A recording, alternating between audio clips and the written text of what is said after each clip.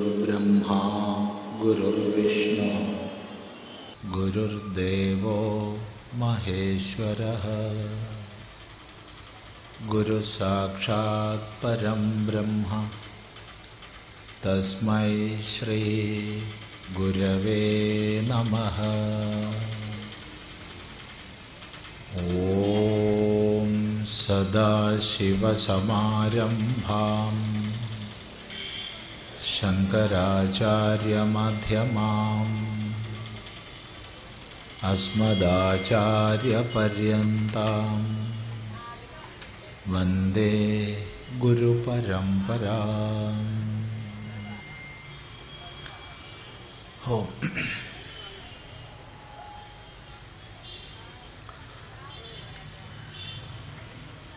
നമ്മൾ ശ്രീമദ് ഭഗവത്ഗീതയിൽ 2-ാം അധ്യായത്തിൽ 29 ശ്ലോകങ്ങളാണ് ശ്രദ്ധിച്ചത്. അവസാനം പറഞ്ഞു, ഏതൊരാൾ ഈ ആത്മതത്വത്തെ ആശ്ചര്യമെന്ന പോലെ കാണുന്നു, വേറെ ഏതോ ഒരാൾ ആശ്ചര്യമെന്ന പോലെ കേൾക്കുന്നു, അത്യാശ്ചര്യമെന്ന പോലെ പറയുന്നു. കണ്ടാലും കേട്ടാലും പറഞ്ഞാലും ഒട്ടറിയുന്നുമില്ല. ഇത് ആശ്ചര്യം തന്നെ. ഇതാണ് നമ്മൾ അവസാനം പറഞ്ഞു വെച്ച ഭാഗം. തുടർന്ന്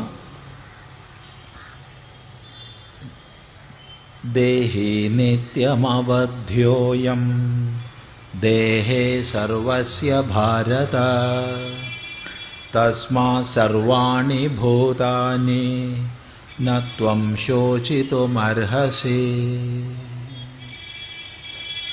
ദേഹി നിത്യമവധ്യോയം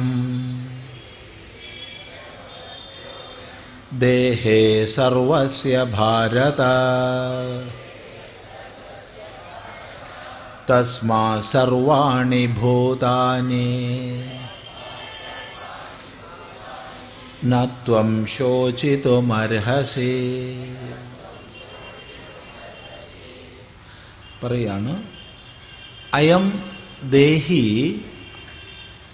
അവധ്യഃ.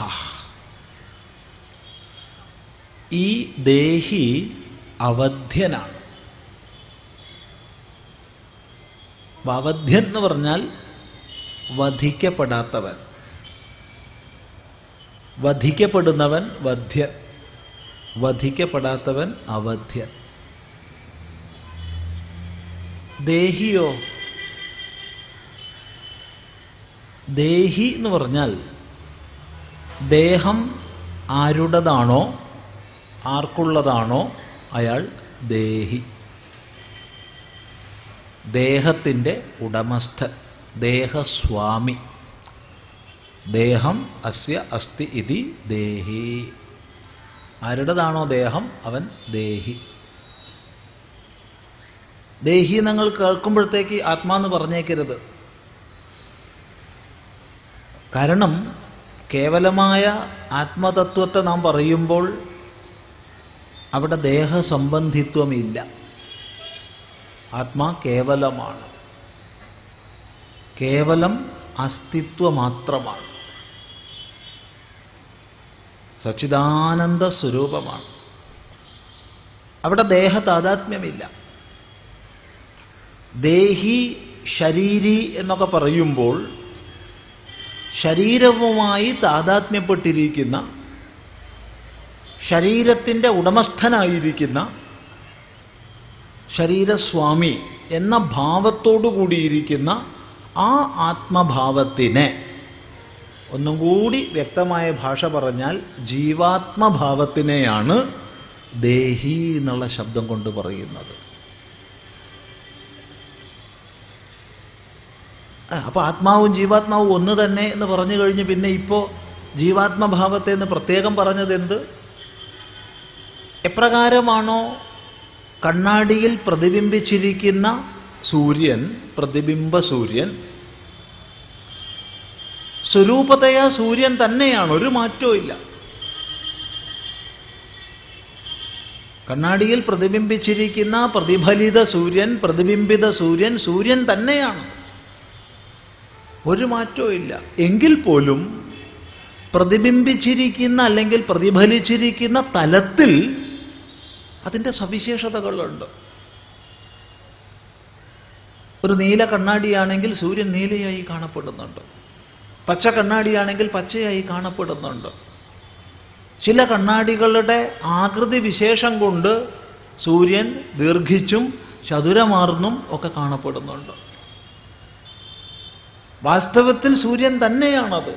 എങ്കിൽ പോലും കണ്ണാടിയുടെ താദാത്മ്യം കൊണ്ട്, കണ്ണാടിയോടുള്ള താദാത്മ്യം കൊണ്ട് അതിൻ്റെതായ സവിശേഷത പ്രതിഫലിത ഭാവത്തിലുണ്ട്. ഇതുപോലെ വാസ്തവത്തിൽ ഞാൻ ശരീരമല്ല, ശരീരത്തിൻ്റെ ധർമ്മങ്ങൾ എൻ്റെ ധർമ്മമല്ല. എങ്കിൽ പോലും ദേഹി, ശരീരി എന്നൊക്കെ പറയുന്ന സമയത്ത് ദേഹത്തോട്, ശരീരത്തോട് ഒരു താദാത്മ്യഭാവമുള്ള ജീവാത്മഭാവം സൂചിപ്പിക്കപ്പെടുന്നു. ഈ ജീവാത്മാവിൻ്റെ സ്വരൂപം എന്താണ് എന്ന് നമ്മൾ ചിന്തിക്കുമ്പോൾ അവിടെ ദേഹതാദാത്മ്യത്തെ മാറ്റി എപ്രകാരം പ്രതിഫലിത സൂര്യൻ കേവല സൂര്യൻ എന്നറിയുന്നുവോ അതുപോലെ ഈ ജീവാത്മാവ് വാസ്തവത്തിൽ ആത്മാവ് തന്നെ എന്ന് ബോധിക്കുന്നു. അപ്പൊ വാസ്തവത്തിൽ കണ്ണാടിയുടെ ധർമ്മങ്ങൾ പ്രതിഫലിത സൂര്യനിൽ കാണപ്പെടുന്നുവെങ്കിലും അത് സൂര്യനിലില്ലെന്ന് നമുക്കറിയാം. ഇതുപോലെ ശരീര താദാത്മ്യം ഉള്ള അവസ്ഥയിൽ പോലും വാസ്തവത്തിൽ ആത്മാവിൽ ശരീരത്തിൻ്റെ ധർമ്മങ്ങളില്ല. ഈ വിഷയം നേരത്തെ നമ്മൾ വിശദമായി ചിന്തിച്ചിട്ടുണ്ടാവും. ന ജായതേ മ്രിയതേവ എന്ന് ആത്മസ്വരൂപത്തെ പ്രതിപാദിച്ച സമയത്ത് ഇതാണ് ശരിയായ ആത്മഭാവം. അതുകൊണ്ട് പറയാണ് അയം ദേഹി അവധ്യഃ. ഈ ദേഹി ആത്മസ്വരൂപം വധിക്കപ്പെടുന്നതല്ല. എവിടെ? ദേഹേ, ദേഹത്തിൽ. സർവസ്യ, എല്ലാവരുടെയും തന്നെ. ഹേ ഭാരത, അല്ലയോ ഭാരത, അല്ലയോ അർജുന. ഇപ്പൊ ദേഹത്തിൽ ദേഹി വധിക്കപ്പെടുന്നതല്ല. ദേഹം എന്ന് പറയുമ്പോൾ അതിന് അനേക നിരുക്തികളുണ്ട്. ചിലപ്പോ ദിഹ്, ഉപചയേ എന്നുള്ള ധാതുവിൽ നിന്ന് സിദ്ധമാക്കുമ്പോൾ ദേഹശബ്ദത്തിനർത്ഥം വളരുന്നത് എന്നാണ്. ഉപചയം, വൃദ്ധിയെ പ്രാപിക്കുന്നതെന്തോ വളരുന്നതെന്തോ അതാണ് ദേഹം. ദഹ്യതേ എന്നുള്ള നിലയ്ക്ക് ദേഹത്തെ പറയുമ്പോൾ ദഹിച്ചു പോകുന്നത്, കത്തി വെണ്ണീറായി പോകുന്നതെന്തോ അത് ദേഹം എന്നർത്ഥം വരും. ശ്രദ്ധിക്കണേ, നമ്മളൊക്കെ എൻ്റെ ദേഹം അങ്ങനെയാ, എൻ്റെ ദേഹം അങ്ങനെയാന്നൊക്കെ പറഞ്ഞിട്ട് ഇത്തരം പ്രഭാഷണത്തിന് വരുന്നതിന് മുമ്പ് പോലും ചിലപ്പോൾ 10 മിനിറ്റൊക്കെ കണ്ണാടിയുടെ മുമ്പിൽ ചെലവഴിച്ചിട്ടുണ്ടാവും. അതെ, ദഹിച്ചു പോകുന്നതാ. അപ്പൊ ദഹിച്ചു പോകുന്ന, നശിച്ചു പോകുന്ന ദേഹത്തിൽ ദേഹി നശിക്കുന്നില്ലെന്ന് നീ അറിയൂ. നീ ആരെ ചൊല്ലിയാണ് ദുഃഖിക്കുന്നത്? ദേഹത്തെ ചൊല്ലിയാണോ ദേഹിയെ ചൊല്ലിയാണോ? ദേഹത്തെയാണ് നീ ദുഃഖിക്കുന്നതെങ്കിൽ വ്യർത്ഥമാണ് നിന്റെ ദുഃഖം. കാരണം ദേഹം എന്ന് പറഞ്ഞാൽ ദഹിച്ചു പോകുന്നതാണ്, നശിച്ചു പോകുന്നതാണ്. നശിച്ചു പോകുമെന്ന് ഉറപ്പുള്ളത് നശിക്കും. നശിക്കുമ്പോൾ നീ എന്തിനു ദുഃഖിക്കണം? അതല്ല, ദേഹിയെ സംബന്ധിച്ചാണോ നീ ദുഃഖിക്കുന്നത് എങ്കിൽ നിന്റെ ദുഃഖം വ്യർത്ഥമാണ്. കാരണം ദേഹി നശിക്കുന്നില്ല. തസ്മാത് അതുകൊണ്ട് സർവാണി ഭൂതാനി നത്വം ശോചിതും അർഹസി. സർവഭൂതങ്ങളെ സംബന്ധിച്ചും ഭവിച്ചവയാണ് ഭൂതങ്ങൾ, ഉണ്ടായവ ഭൂതങ്ങൾ. അപ്പോൾ ഒരു ഭൂതത്തെ സംബന്ധിച്ചും ബ്രഹ്മാവ് മുതൽ പുൽക്കൊടി വരെ, ഇനി അതിന് മേപ്പെട്ടും കീഴ്പ്പെട്ടും ആർക്കെങ്കിലും അറിയിച്ചാൽ പറയാൻ ഒരു വിരോധമില്ല. ബ്രഹ്മാവിനേക്കാൾ മേപ്പെട്ട് ആർക്കെങ്കിലും അറിയിച്ചാൽ പറയാം. പുൽക്കൊടിയേക്കാൾ കീഴ്പ്പെട്ട് നമുക്ക് ഇഷ്ടം പോലെ അറിയാം. ഏകകോശ ജീവികൾ അത് ഇത് എന്നൊക്കെ പറഞ്ഞിട്ട് കേവലം ജീവന്റെ ഒരു പ്രകടീകരണം മാത്രമുള്ള വൈറസ് തുടങ്ങിയിട്ടുള്ളവയെക്കുറിച്ചൊക്കെ നമുക്കറിയാം. ഇപ്പൊ ബ്രഹ്മാവ് മുതൽ ഇങ്ങോട്ട് ഏതുവരെ എടുത്തോളൂ, ഈ സകല ഭൂതങ്ങളെയും ഉൾക്കൊള്ളിച്ചു പറയുകയാണ് സർവാണി ഭൂതാനി. സർവഭൂതങ്ങളും ഒരു ഭൂതത്തെ സംബന്ധിച്ചും ത്വം ശോചിതും ന അർഹസി, നിനക്ക് ശോകം ചെയ്യാൻ അർഹതയില്ല. എന്തിനെ കുറിച്ചാണ് നീ ശോകം ചെയ്യുന്നത്? വ്യർത്ഥമാണ് അർജുന നിന്റെ ശോകം. ഇതൊന്നും അധിക നേരം വ്യാഖ്യാനിക്കേണ്ട ആവശ്യമില്ല, ലളിതമാണ്, എളുപ്പം നമുക്ക് മനസ്സിലാവും. ഇവിടെ നിന്ന് ശ്രദ്ധിക്കൂ. ഇവിടെ നിന്ന് ശ്രദ്ധിക്കൂ എന്ന് പറയാൻ കാരണം വേറൊരു പ്രകരണം പൂർത്തിയാക്കിയത് കൊണ്ടാണ്. ഇനി പുതിയൊരു പ്രകരണമാണ് ആരംഭിക്കുന്നത്. ഭഗവാൻ ഇവിടെ യശ്രേയസ്യാം നിശ്ചിതം ബ്രൂഹി തന്മേ എന്നുള്ള അർജുനന്റെ പ്രാർത്ഥനയ്ക്ക് മറുപടിയായിട്ട് യാതൊന്നാണോ ശ്രേയസ് അത് നിശ്ചയിച്ചുറപ്പിച്ച് എനിക്ക് പറഞ്ഞു തരൂ എന്നുള്ള അർജുനന്റെ പ്രാർത്ഥനയ്ക്ക് മറുപടിയായിട്ട് അശോച്യാൻ അന്വശോചസ്ത്വം എന്ന് പറഞ്ഞുകൊണ്ട് ഉപദേശം ആരംഭിച്ചു. ആരെക്കുറിച്ച് ശോകം ചെയ്യേണ്ടതില്ലയോ നീ അവരെക്കുറിച്ച് ശോകം ചെയ്യുന്നു. അതേസമയത്ത് വലിയ വിദ്വാൻമാർക്ക് ഉചിതമായ സംഭാഷണത്തെയും ചെയ്യുന്നു എന്ന് പറഞ്ഞാൽ തുടങ്ങിയത്. അതിൻ്റെ ശേഷം ജീവിച്ചിരിക്കുന്നവരെക്കുറിച്ചും മരിച്ചവരെക്കുറിച്ചും വിദ്വാൻ ദുഃഖിക്കുന്നില്ല എന്ന് പറഞ്ഞു. പറയുന്നവന്, അറിവുള്ളവന് ശോകമില്ലെന്നാ പറഞ്ഞു തുടങ്ങിയത്. തരതി ശോകം ആത്മവിധ്, ആത്മജ്ഞാനി ശോകത്തെ തരണം ചെയ്യുന്നു. അത് കഴിഞ്ഞ് പരമമായ ആത്മയാഥാത്മ്യത്തെ ഉപദേശിച്ച പ്രകരണത്തിൽ, അതായത് 11-ാം ശ്ലോകം മുതൽ 25-ാം ശ്ലോകം വരെയുള്ള പരമമായ ആത്മതത്വോപദേശത്തിൽ ഭഗവാൻ ആവർത്തിച്ചാവർത്തിച്ച് പറഞ്ഞത് ഈ ഒരൊറ്റ ആശയമാണ്. നൈവം ശോചിതുമർഹസി, നൈവം ശോചിതുമർഹസി. എത്ര പ്രാവശ്യം ഉപദേശിച്ചു എന്നൊന്ന് വായിച്ചു നോക്കൂ. നിനക്ക് ദുഃഖിക്കാൻ അർഹതയില്ല, നീ ദുഃഖിക്കരുത്, നീ ദുഃഖിക്കരുതെന്നാ പറഞ്ഞത്. ആത്മാവ് ജന്മമരണരഹിതമാണ്, ഏകമാണ്, അദ്വിതീയമാണെന്ന് അറിഞ്ഞാൽ പിന്നെ ദുഃഖമുണ്ടാവില്ല എന്ന് ആത്മജ്ഞാനത്തിൻ്റെ ഫലം ദുഃഖനിവൃത്തിയാണെന്ന് സംശയരഹിതമായി പറഞ്ഞു. തുടർന്ന് നമ്മൾ ശ്രദ്ധിച്ചു, ഭഗവാൻ ഒന്നിറങ്ങി വന്ന് ജനിക്കുന്നതും മരിക്കുന്നതുമായിട്ടാണോ നീ തന്നെ മനസ്സിലാക്കുന്നത്? എങ്കിലും ദുഃഖിക്കാൻ അർഹതയില്ല എന്ന് പറഞ്ഞു.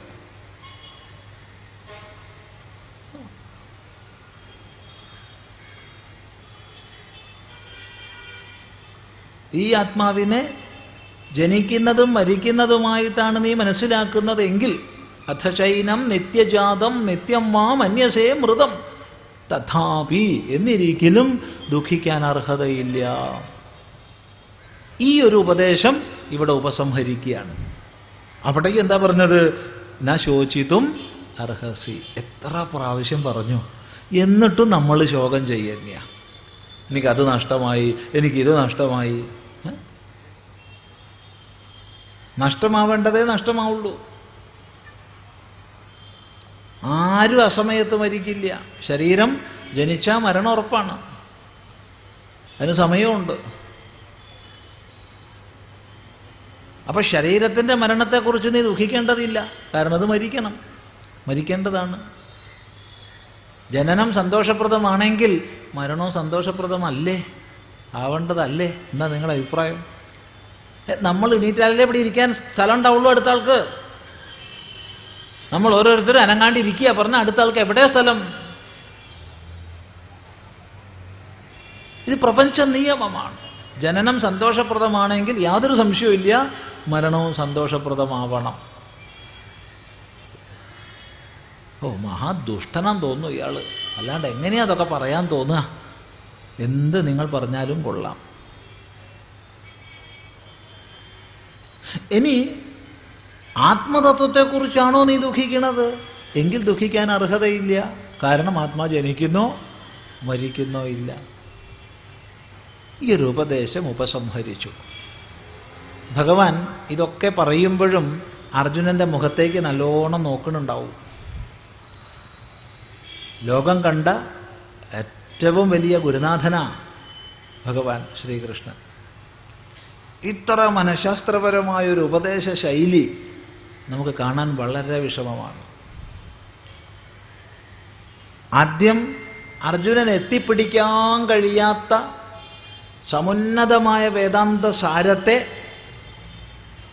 എപ്രകാരമാണോ അതിവിദൂരത്ത് നിന്ന് അത്യുന്നതമായ പർവ്വത ശൃംഗത്തെ ചൂണ്ടിക്കാണിക്കുന്നത് അതുപോലെ ചൂണ്ടിക്കാണിച്ചു. അത് കഴിഞ്ഞ് ഒന്നിറങ്ങി വന്ന് ഇപ്പോൾ ഈ 26-ാം ശ്ലോകം മുതൽ ഇപ്പം നമ്മൾ പഠിച്ച 30-ാം ശ്ലോകം വരെയുള്ള ഭാഗം ഉപദേശിച്ചു. അവിടെയും ദുഃഖത്തിൻ്റെ അർത്ഥരാഹിത്യമാണ് ആവർത്തിച്ചുപദേശിച്ചത്. ഇനിയാണ് നമ്മൾ ഏറ്റവും മഹാനായ ഗുരുനാഥനെ കാണുന്നത്. അതെന്താ? ശിഷ്യനോളം ഇറങ്ങി വന്നു. ഇപ്പോൾ ഇനി നമ്മൾ കാണാൻ പോണത് ശിഷ്യനേക്കാൾ ഇറങ്ങിപ്പോവുകയാണ്.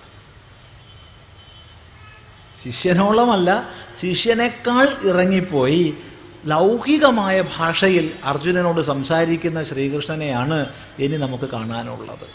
എന്തിനാത്? അപ്പോഴേ കൂടെ കൂട്ടിക്കൊണ്ടുപോകാൻ സാധിക്കൂ വേദാന്ത ചർച്ചയിലേക്ക്. നോക്കൂ, ഇനിയുള്ള ഭാഗം നമുക്ക് വ്യാഖ്യാനിക്കേ വേണ്ട, വേഗം അർത്ഥം പറഞ്ഞങ്ങോട്ട് പോവാം. കുറച്ച് ശ്ലോകങ്ങൾ, അത് കഴിഞ്ഞാൽ ഉപദേശം വരുമ്പോൾ വീണ്ടും വ്യാഖ്യാനിക്കാം. നോക്കൂ, സ്വധർമ്മമപി ചാവേക്ഷ്യ ന വികമ്പിതുമർഹസി ധർമ്മ്യാധിയുദ്ധാശ്രേയോന്യത് ക്ഷത്രിയസ്യ ന വിദ്യത്തെ.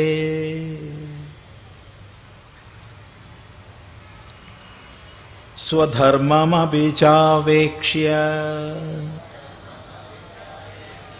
ന വികമ്പിതുമർഹസി ധർമ്മ്യാധിയുദ്ധാശ്രേയോന്യത് ക്ഷത്രിയസ്യ ന വിദ്യത്തെ. അവിടെ പദച്ഛേദം ഒന്ന് പറയാം. സ്വധർമ്മം അപി ച അവേക്ഷ്യ ന വികമ്പിതും അർഹസി. ധർമ്മ്യാത് ഹി യുദ്ധാത് ശ്രേയഃ അന്യത് ക്ഷത്രിയസ്യ ന വിദ്യത്തെ. ഹേ അർജുന, ആത്മയാഥാത്മ്യത്തെ ഉപദേശിച്ചുകൊണ്ട് ഞാൻ നിന്നോട് പറഞ്ഞു ദുഃഖിക്കാൻ നിനക്ക് അർഹതയില്ലെന്ന്. ആ പരമമായ തത്വോപദേശം നീ മനസ്സിലാക്കിയിട്ടില്ലെങ്കിൽ, ആത്മാ ജനിച്ചു മരിക്കുന്നതായിട്ടാണ് മനസ്സിലാക്കുന്നതെങ്കിലും ദുഃഖിക്കാൻ അർഹതയില്ലെന്ന് ഞാൻ നിന്നോട് രണ്ടാമത് പറഞ്ഞു വന്നു. ഇപ്പൊ പറയട്ടെ മൂന്നാമത്. ഇനി അതൊന്നും നീ ചിന്തിക്കണില്ല എന്ന് വെച്ചോളൂ. ആത്മാവിനെക്കുറിച്ച്, സ്വരൂപത്തെക്കുറിച്ച് നീ ആലോചിക്കുന്നേ ഇല്ല, എന്നാലും നിനക്ക് ദുഃഖിക്കാൻ അർഹതയില്ല. സ്വധർമ്മമപിച്ച അവേക്ഷ്യ, സ്വധർമ്മത്തെ നിരീക്ഷിച്ചാലും നോക്കിയാലും, അവേക്ഷ്യ നോക്കിയിട്ട്, അപേക്ഷ്യ നോക്കിയിട്ട്, ഇവിടെ നമുക്ക് അർത്ഥം പറയുമ്പോൾ നോക്കിയാലും എന്ന് പറയാം. സ്വധർമ്മത്തെ നോക്കിയാലും ന വികമ്പിതും അർഹസി, വികമ്പനം ചെയ്യാൻ, ഇളകി മാറാൻ നിനക്ക് അർഹതയില്ല. അപ്പൊ സ്വധർമ്മത്തെ ചിന്തിച്ചാലും നിനക്ക് ഇളകി മാറാൻ അർഹതയില്ല.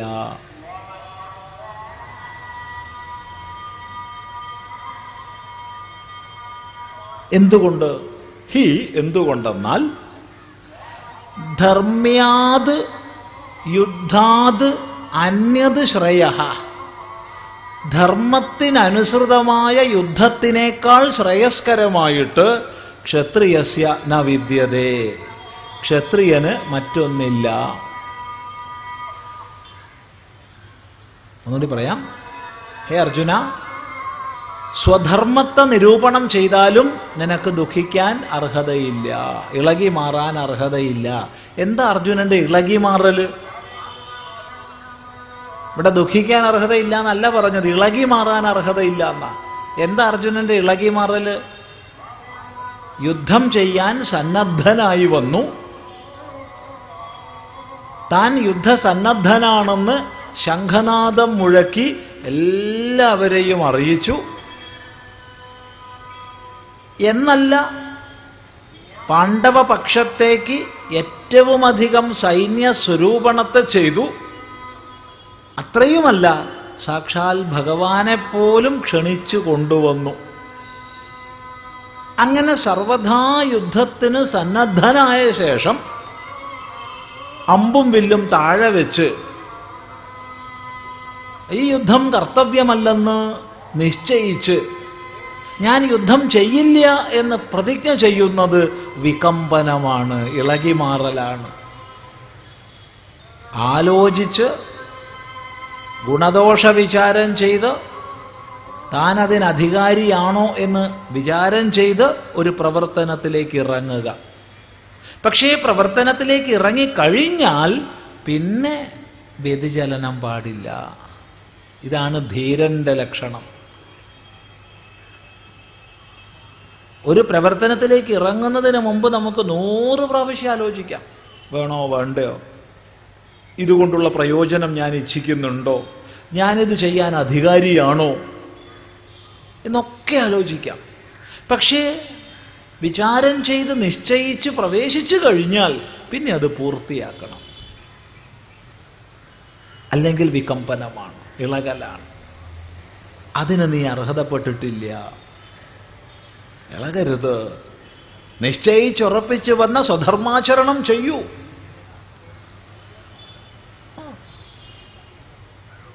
ധർമ്മത്തെ നിരൂപണം ചെയ്താലും നിനക്ക് വികമ്പനം ചെയ്യാൻ അർഹതയില്ല. സ്വധർമ്മം അപിച്ച അപേക്ഷ്യ. സ്വധർമ്മത്തെ നിരൂപണം ചെയ്താലും നിനക്ക് ഇളകാൻ അധികാരമില്ല. എന്താണ് സ്വധർമ്മം?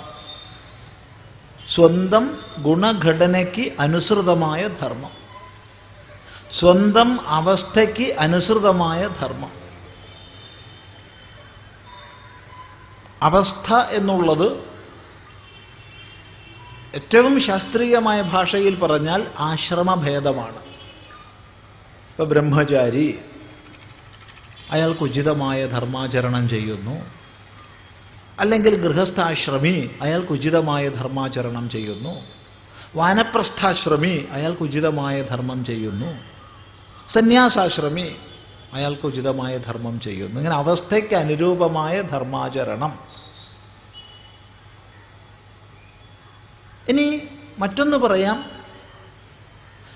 അവനവന്റെ ഗുണഘടനയ്ക്ക് അനുസൃതമായ കർമ്മങ്ങളിലേക്കാണ് നമുക്ക് സ്വാഭാവികമായി പ്രേരണ ഉണ്ടാവുക. നമ്മുടെ ഗുണഘടനയ്ക്ക് യോജിച്ച കർമാചരണം ചെയ്യുമ്പോഴേ നാം ചെയ്യുന്ന കർമ്മത്തിൽ നമുക്ക് സംതൃപ്തി ഉണ്ടാവുള്ളൂ. അല്ലെങ്കിൽ കർമ്മത്തിൽ സംതൃപ്തി ഉണ്ടാവില്ല, സംഘർഷമേ ഉണ്ടാവുള്ളൂ. ഇപ്പൊ സംതൃപ്തി നമുക്കുണ്ടാവുന്നത് സ്വധർമാനുസൃത കർമ്മത്തിലാണ്. ഇങ്ങനെ ഗുണഘടനയ്ക്കനുസരിച്ചും അവസ്ഥയ്ക്കനുസരിച്ചും ഒരാൾക്ക് കർത്തവ്യമെന്തോ അതാണ് സ്വധർമ്മം.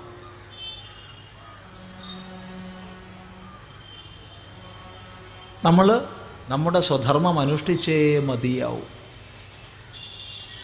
ഈ വിഷയം ഭഗവാൻ ആവർത്തിച്ച് ഉപദേശിക്കുന്നുണ്ട് തൻ്റെ ഗീതോപദേശത്തിൽ.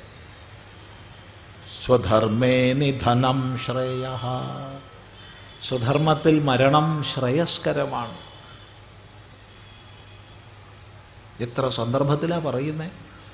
സ്വധർമ്മം ചെയ്യൂ, സ്വധർമ്മം ചെയ്യൂ.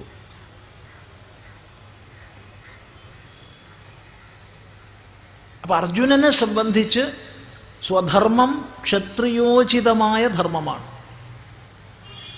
ക്ഷാത്രഭാവത്തെ അർജുനൻ അതിക്രമിച്ചിട്ടില്ല. ഗുരുന ഹത്വാ ഹി മഹാനുഭാവാൻ ശ്രേയോ ഭോക്തും ഭൈക്ഷ്യമപീഹ ലോകേ എന്നൊക്കെ അർജുനൻ പ്രസംഗിച്ചിട്ടുണ്ട്. ഗുരുനാഥന്മാരെ കൊല്ലാതെ സന്യസിക്കണതല്ലേ നല്ലത് എന്നൊക്കെ. അതായത്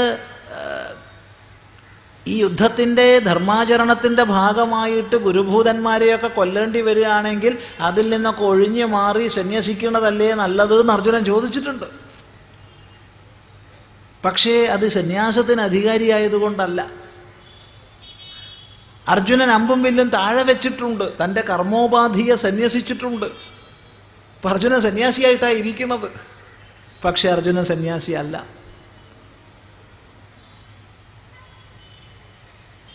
ശരിയാണ്, യുദ്ധരംഗത്തിൽ വന്നു, യുദ്ധം ആരംഭിച്ചു. ആ സമയത്ത് വിവേകജനിതമായ വൈരാഗ്യം സുദൃഢമായി. കർമ്മത്തിൻ്റെ നിസ്സാരതയെക്കുറിച്ച്, തുച്ഛ സ്വരൂപത്തെക്കുറിച്ച് അർജുനൻ ബോധിച്ചു. അയാൾക്ക് സന്യസിക്കാം, തീർച്ചയായിട്ടും. അങ്ങനെയാണെങ്കിൽ അയാളോട് സ്വധർമ്മം ചെയ്യാൻ ഭഗവാൻ പറയില്ല. പക്ഷെ അർജുനൻ ഇവിടെ അധികാരിയായിട്ടില്ല. ഇത് മറ്റാരെക്കാളും ഭഗവാൻ അറിയാം. അതുകൊണ്ട് ഇപ്പോഴത്തെ അർജുനന്റെ അമ്പും വില്ലും ഉപേക്ഷിക്കുക തുടങ്ങിയ ചടങ്ങുകൾ വിവേകജനിതമല്ല, അവിവേകജനിതമാണ്. അതുകൊണ്ട് അത് അനുമോദിക്കപ്പെടേണ്ടതല്ല, നിരാകരിക്കപ്പെടേണ്ടതാണ്. ഇതെങ്ങനെ മനസ്സിലായി? നോക്കൂ, അർജുനൻ കർമ്മത്യാഗത്തിന് അധികാരിയായിരുന്നെങ്കിൽ നിശ്ചയമായും ഭഗവാന്റെ ഗീതോപദേശം കേട്ട ശേഷം പോയി സന്യസിക്കുമായിരുന്നു. സംശയമൊന്നുമില്ല. സന്യാസത്തിന് അധികാരിയായ ഒരാള് ആയിരുന്നു അർജുനനെങ്കിൽ ഭഗവാന്റെ ഗീതോപദേശം കേട്ട ശേഷം യുദ്ധം ചെയ്യില്ലായിരുന്നു, പോയി സന്യസിക്കുമായിരുന്നു. എന്ന അർജുനൻ ആയുധമെടുക്കുക ചെയ്തത്. കരിഷ്യേ വചനം തവ, നീ പറഞ്ഞതുപോലെ ഞാൻ പ്രവർത്തിക്കും എന്ന് പറയുക ചെയ്തത്.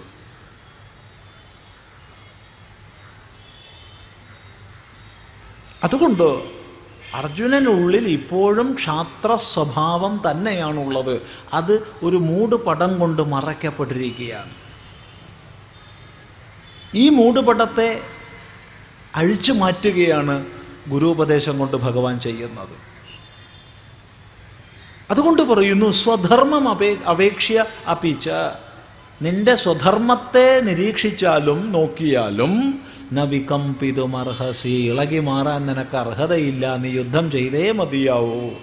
ഏതൊരു യുദ്ധം ചെയ്യാൻ തയ്യാറായി വന്നോ അത് ചെയ്തേ മതിയാവൂ. ഹി എന്തുകൊണ്ടെന്നാൽ ധർമ്മ്യാത് യുദ്ധാത് അന്യത് ശ്രേയഃ ക്ഷത്രിയസ്യ ന വിദ്യതേ.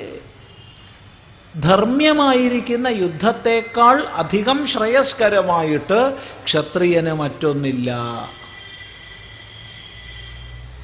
ധർമ്മത്തിനനുസൃതമായ യുദ്ധം. അർജുനനെ സംബന്ധിച്ച് കുരുക്ഷേത്ര യുദ്ധം ധർമ്മ്യമാണ്. എങ്ങനെ ധർമ്മ്യമാകുന്നു? വംശത്തിൽ പരമ്പരാപ്രാപ്തമായി വന്ന നീതിക്കനുസരിച്ച് ചിന്തിച്ചാൽ ഭാരതത്തെ അടക്കി ഭരിക്കേണ്ടത് യുധിഷ്ഠിരനാണ്.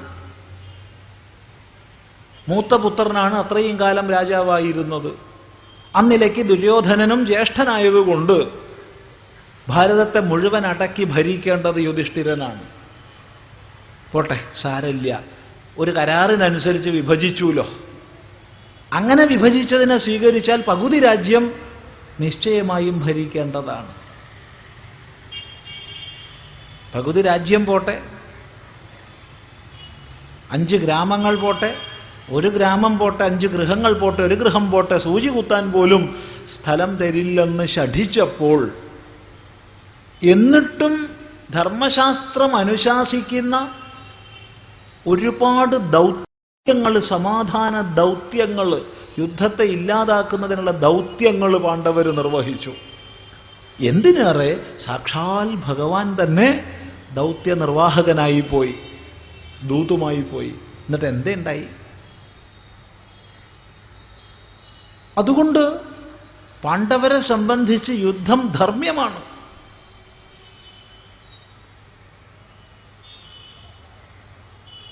സംശയമില്ല. ഇപ്പൊ ധർമ്മത്തിനനുസൃതമായത് ധർമ്മ്യം. ധർമ്മ്യമായ യുദ്ധത്തെക്കാൾ ശ്രേയസ്കരമായിട്ട് ക്ഷത്രിയന് മറ്റൊന്നില്ല. നമ്മൾ ഓരോരുത്തരും മനസ്സിലാക്കുക, എന്താണോ നമ്മുടെ സ്വധർമ്മം, അതാണ് നമ്മൾ ആചരിക്കേണ്ടത്. സ്വധർമാചരണത്തിലൂടെ മാത്രമേ ജീവിതത്തിൽ നമുക്ക് ഉയർച്ചയുണ്ടാവുള്ളൂ. ഓരോ വ്യക്തിയും സ്വധർമാചരണം ചെയ്യുന്നതിലൂടെ മാത്രമേ സമാജത്തിന് സുസ്ഥിതി ഉണ്ടാവുള്ളൂ. വ്യക്തിക്ക് ഉയർച്ചയും സമാജത്തിന് സുസ്ഥിതിയും ധർമാചരണത്തിലൂടെയാണ്. അതുകൊണ്ട് ഹേ അർജുന, നിനക്ക് വ്യതിചലിക്കാൻ അർഹതയില്ല എന്ന് പറയുക. വ്യക്തമാണെന്ന് വിചാരിക്കുന്നു. ഈ ഭാഗമൊക്കെ നിഗൂഢ തത്വങ്ങളൊന്നും ഉപദേശിക്കപ്പെടുന്നില്ല, ലളിതമായ ആശയമാണ്. എന്തെങ്കിലും സംശയം ഉണ്ടെങ്കിൽ ഒരു കഷ്ണം കടലാസിൽ കുറിച്ച് തരിക, നമ്മൾ ചിന്തിച്ച് മുന്നോട്ട് പോകുന്നു. മാത്രവുമല്ല ഹേ അർജുന, യദൃച്ഛയാ ചോപപന്നം സ്വർഗദ്വാരമപാവൃതം സുഖിന ക്ഷത്രിയാ പാർത്ഥ ലഭന്തേ യുദ്ധമീദൃശം. യദൃച്ഛയാ ചോപപന്നം സ്വർഗദ്വാരമപാവൃതം സുഖിന ക്ഷത്രിയാ പാർത്ഥ ലഭന്തേ യുദ്ധമീദൃശം. ഹേ പാർത്ഥ, അല്ലയോ അർജുന, നീ നോക്കൂ, എന്താ ഇപ്പം നിനക്ക് കിട്ടിയിട്ടുള്ളത്? ഇപ്പോൾ ഉപപന്നമായത്, വന്നു ചേർന്നത് എന്താണ്? സ്വർഗദ്വാരമപാവൃതം. സ്വർഗത്തിൻ്റെ വാതിൽ നിനക്ക് വേണ്ടി തുറക്കപ്പെട്ടിരിക്കുക, തുറന്നു വെച്ചിരിക്കുക. യദൃച്ഛയാ, അപ്രാർത്ഥിതയാ. യദൃച്ഛയ എന്നുള്ള പദത്തിന് ഭഗവാൻ ഭാഷ്യകാരൻ അപ്രാർത്ഥിതയാ, പ്രാർത്ഥിക്കാതെ കണ്ട്. പ്രാർത്ഥിച്ചിട്ടില്ല യുദ്ധം വേണം, യുദ്ധം വേണം, യുദ്ധം വേണമെന്ന് പ്രാർത്ഥിച്ചിട്ടല്ല യുദ്ധം ഉണ്ടായത്. മറിച്ച് യുദ്ധത്തെ ഇല്ലാതാക്കാൻ, ഒഴിവാക്കാൻ ആവുന്നതൊക്കെ ചെയ്തിട്ടുമുണ്ട്. എന്നിട്ടും യുദ്ധം വന്നു ചേർന്നതാണ് പാണ്ഡവരെ സംബന്ധിച്ച്. യുദ്ധം വന്നു ചേർന്നതാണ് പാണ്ഡവരെ സംബന്ധിച്ച്. അതുകൊണ്ട് അത് യദൃച്ഛ ഉപപന്നമാണ്. ഇവിടെ ചില സമയങ്ങളിൽ ഇങ്ങനെ മഹാഭാരത യുദ്ധമേ നടന്നിട്ടില്ല, ഇതെല്ലാം മാനസികമായ കൽപ്പനയാണ് എന്ന് സമർത്ഥിക്കാൻ വേണ്ടി പലപ്പോഴും അയുക്തങ്ങളായ യുക്തികളെ ചിലർ പറയാറുണ്ട്. അത്തരം അയുക്തങ്ങളായ യുക്തികളെ പറയുന്ന കൂട്ടത്തിൽ ആദ്യം ഉദ്ധരിക്കുന്നത് ഈ ശ്ലോകമാണ്. പലപ്പോഴും യദൃച്ഛയാന്ന് പറഞ്ഞിരിക്കുകയാണ്. മഹാഭാരത യുദ്ധം യദൃച്ഛയ ആയിരുന്നില്ലല്ലോ, തീരുമാനിച്ചുറപ്പിച്ചതായിരുന്നല്ലോ.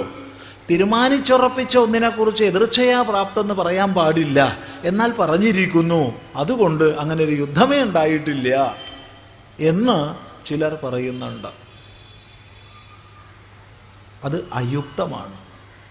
എന്തുകൊണ്ടെന്നാൽ ഭഗവാൻ ഭാഷ്യകാരൻ ഇവിടെ സ്പഷ്ടമായി നമുക്ക് പറഞ്ഞു തരുന്നുണ്ട്, യദൃച്ഛയാ അപ്രാർത്ഥിതയാ, പ്രാർത്ഥിക്കാതെ കണ്ട്. ഒന്ന് വരണേ വരണേ വരണേ എന്ന് വിചാരിച്ച് വന്നു വെച്ചാൽ അത് യദൃച്ഛയല്ല. അങ്ങനെ യുദ്ധം വരണേ യുദ്ധം വരണേ എന്ന് പാണ്ഡവന്മാർ പ്രാർത്ഥിച്ചിട്ടില്ല.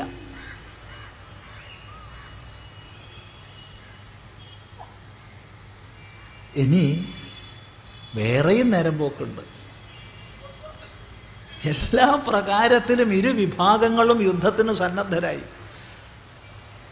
ദുര്യോധനനും പക്ഷക്കാരും അവരുടേതായ രീതിയിൽ സൈന്യസ്വരൂപണം ചെയ്തു.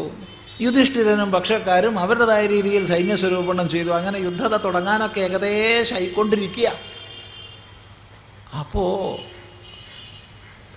ശ്രീകൃഷ്ണൻ നോക്കുമ്പോൾ യുധിഷ്ഠിരൻ തലയും താഴ്ത്തിയിരിക്കുക. യുദ്ധത്തിനൊന്നും വയ്യ. എന്താ ഇപ്പോൾ ചോദിച്ചപ്പോൾ യുദ്ധം വലിയ വിഷമം തന്നെയാണ്, എത്ര നാശമാണിതുകൊണ്ട്, എത്ര പേരുടെ മരണമാണ് സംഭവിക്കാൻ പോണത്.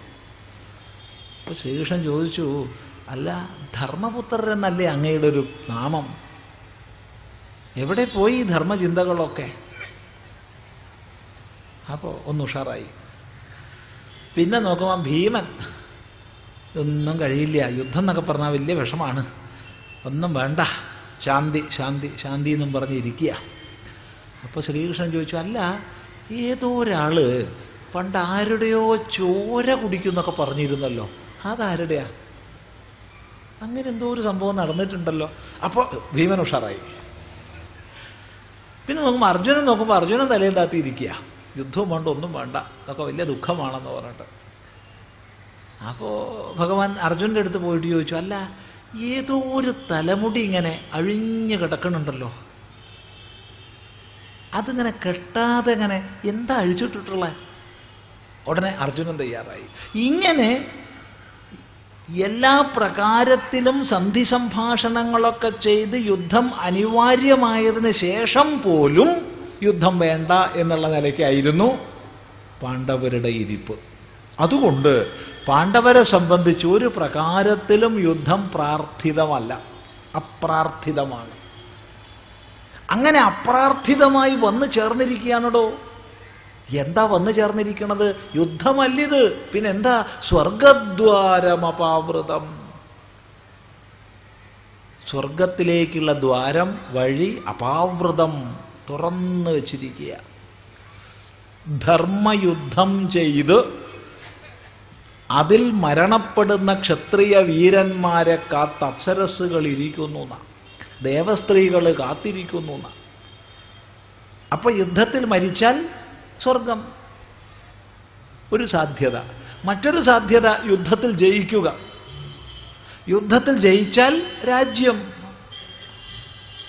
ആ രാജ്യത്തെ ധർമ്മമര്യാദയ്ക്കനുസരിച്ച് നീതിശാസ്ത്രത്തിനനുസരിച്ച് ഭരിച്ചാൽ സ്വർഗം. അപ്പൊ എങ്ങനെ നോക്കിയാലും ഹേ അർജുന, നിന്നെ സംബന്ധിച്ച് സ്വർഗദ്വാരം മലർക്ക തുറന്നു വെച്ചിരിക്കുക. എന്നിട്ട് എന്തൊരു കഷ്ടം അത്, നീ അതിലേക്ക് പോവാതെ ഇങ്ങനെ അതും ഇതും പറഞ്ഞിരിക്കണത് ഇവിടെ. സുഖിന ക്ഷത്രിയാ പാർത്ഥ, ഹേ പാർത്ഥ, ക്ഷത്രിയന്മാർ സുഖിനഃ, സുഖികളാണ്. ലഭന്തേ യുദ്ധമീദൃശം, ഇങ്ങനെയുള്ളൊരു ധർമ്മയുദ്ധം വന്നു ചേരുന്നത് അനുഭവിക്കുന്ന ക്ഷത്രിയന്മാർ സുഖികളാണ്. അവർ വളരെ സുഖികളാണ്. കാരണം സ്വർഗത്തിന് ഹേതുഭൂതമായ യുദ്ധമിതാ വന്നിരിക്കുന്നു, അതും ധർമാനുസാരിയായിട്ട് എന്ന് കണക്കാക്കി ക്ഷത്രിയന്മാർ പൊരുതുകയാണ് ചെയ്യുക. എന്നിരിക്കെ നിനക്ക് എന്തു പറ്റിയടോ മൗഢ്യം? സുഖിന ക്ഷത്രിയ പാർത്ഥ ലഭന്തേ യുദ്ധമീദൃശം, ഈദൃശം ഇவ்விധമായ യുദ്ധം ഏ ക്ഷത്രിയാ ലഭന്തേ, ഏത് ക്ഷത്രിയന്മാർക്കാണോ ലഭിക്കുന്നത്, തേ അവർ സുഖിനഃ, സുഖികളാണ്. നീയും സുഖിയായിട്ടിരിക്കൂ, സ്വന്തം കർത്തവ്യം നിർവഹിക്കൂ എന്നർത്ഥം. നേരത്തെ പറഞ്ഞതുപോലെ ഇവിടെയൊന്നും വലിയ വ്യാഖ്യാനം ആവശ്യമില്ല, മനസ്സിലാക്കി മുന്നോട്ട് പോവാം. അപ്പൊ ഇവിടെ ഭഗവാൻ ശരിക്കൊരു തത്വോപദേഷ്ടാവായിട്ടല്ല ഇരിക്കണത്, ഒരു സുഹൃത്തായിട്ട്, തീർത്തും ഒരു സഖാവായിട്ട് അർജുനനോട് സംസാരിക്കുകയാണ്. അതെ, അല്ലാണ്ട് ഇപ്പോൾ ഗുരുനാഥൻ്റെ ഒരു ഭാവമേ ഇവിടെ ഇല്ല. ഇതാണ് ഏറ്റവും വലിയ ഗുരുനാഥൻ്റെ ലക്ഷണം. ശിഷ്യന്റെ തലത്തിലോട്ട്, ഇനി അതിനേക്കാൾ താഴോട്ട് പോയിട്ട് അവനെ പൊക്കി പൊക്കി കൊണ്ടുവരികയാണ്. നോക്കൂ,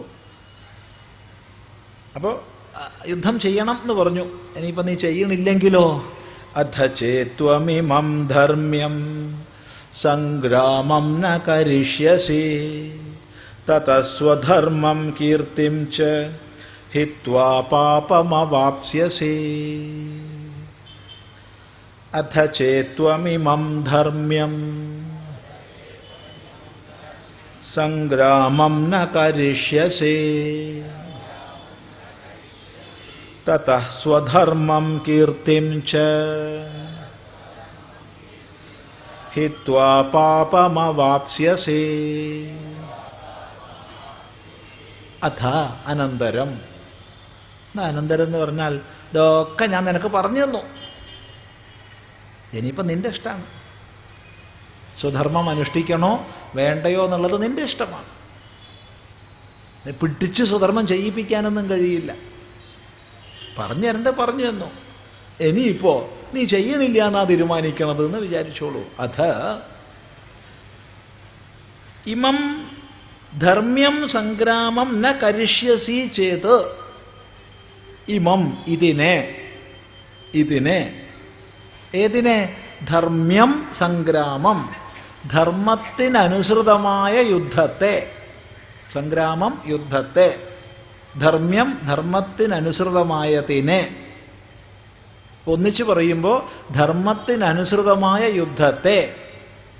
ത്വം നീ ന കരിഷ്യസി ചെയ്ത് ചെയ്യുന്നില്ല എന്നാണെങ്കിൽ,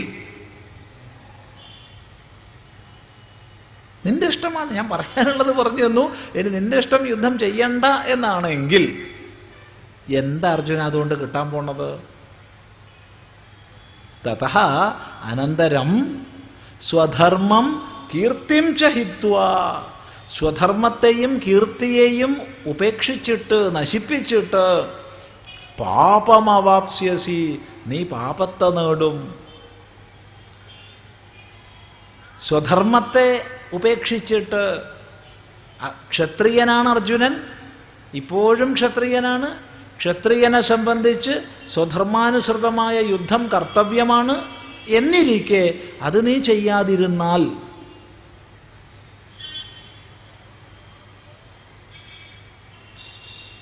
സ്വധർമ്മത്തെ ഉപേക്ഷിച്ചവനാകും.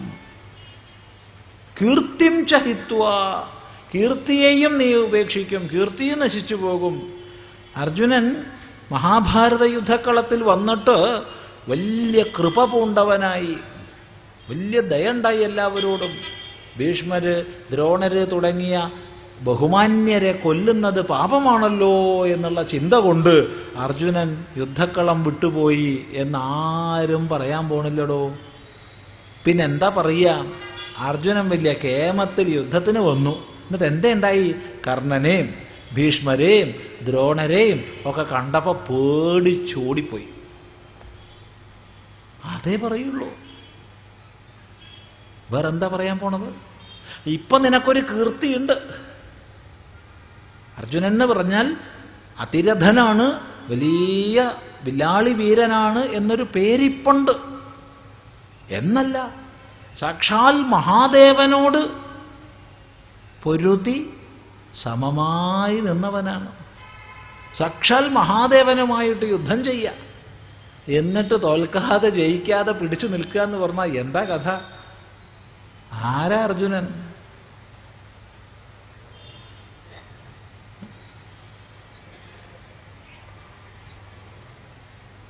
അപ്പോ ഇപ്പൊ വലിയ സൽകീർത്തി അർജുനനുണ്ട്. ആ കീർത്തിയും നഷ്ടമായി പോവും, പേടിച്ചോടിപ്പോയി എന്നേ പറയുള്ളൂ. ഇതെന്തൊരു കഷ്ടമാണ്. പാപമവാപ്സ്യസി, ധർമ്മപരിത്യാഗം കൊണ്ടുള്ള പാപത്തെ നീ നേടും. അതുകൊണ്ട് ഇങ്ങനെയൊന്നും സംഭവിക്കരുത്, സ്വധർമ്മം അനുഷ്ഠിക്കൂ. ഇത് കേട്ട് നമ്മൾ ഓരോരുത്തരും ഇവിടുന്ന് കൊടുവാൾ കൊടുത്ത് പോകേണ്ട ആവശ്യമില്ല. അതെ, നമ്മളെ സംബന്ധിച്ച് എന്താണോ നമ്മുടെ സ്വധർമ്മം അത് ആചരിക്കുക എന്നുള്ളതാണ് മുഖ്യം. അർജുനനെ സംബന്ധിച്ച് തത്കാലത്തിൽ തദ്ദേശത്തിൽ യുദ്ധമായിരുന്നു കർത്തവ്യം. അതുകൊണ്ട് ഭഗവാൻ യുദ്ധം ചെയ്യാൻ പറഞ്ഞു. നമ്മളെ സംബന്ധിച്ച് യുദ്ധമല്ല കർത്തവ്യം. എന്താണോ നമ്മുടെ സ്വധർമ്മം അത് അനുഷ്ഠിക്കുക. പ്രാപ്തമാകുന്ന സ്വധർമ്മം അനുഷ്ഠിക്കാതെ വന്നാൽ അത് പാപകരമാണ്. ഇതാണ് പാപം അവാപ്സ്യസി. വ്യക്തമാണെന്ന് വിചാരിക്കുന്നു. മാത്രമല്ല, അകീർത്തിം ചാപി ഭൂതാനി കഥയിഷ്യന്തി തേ വ്യയാം സംഭാവിതസ്യ ചാകീർത്തിർ മരണാദതിരിച്യതേ. അകീർത്തിം ചാപി ഭൂതാനി കഥയിഷ്യന്തി തേ വ്യയാം സംഭാവിതസ്യ ചാകീർത്തിഃ മരണാദതിരിച്യതേ.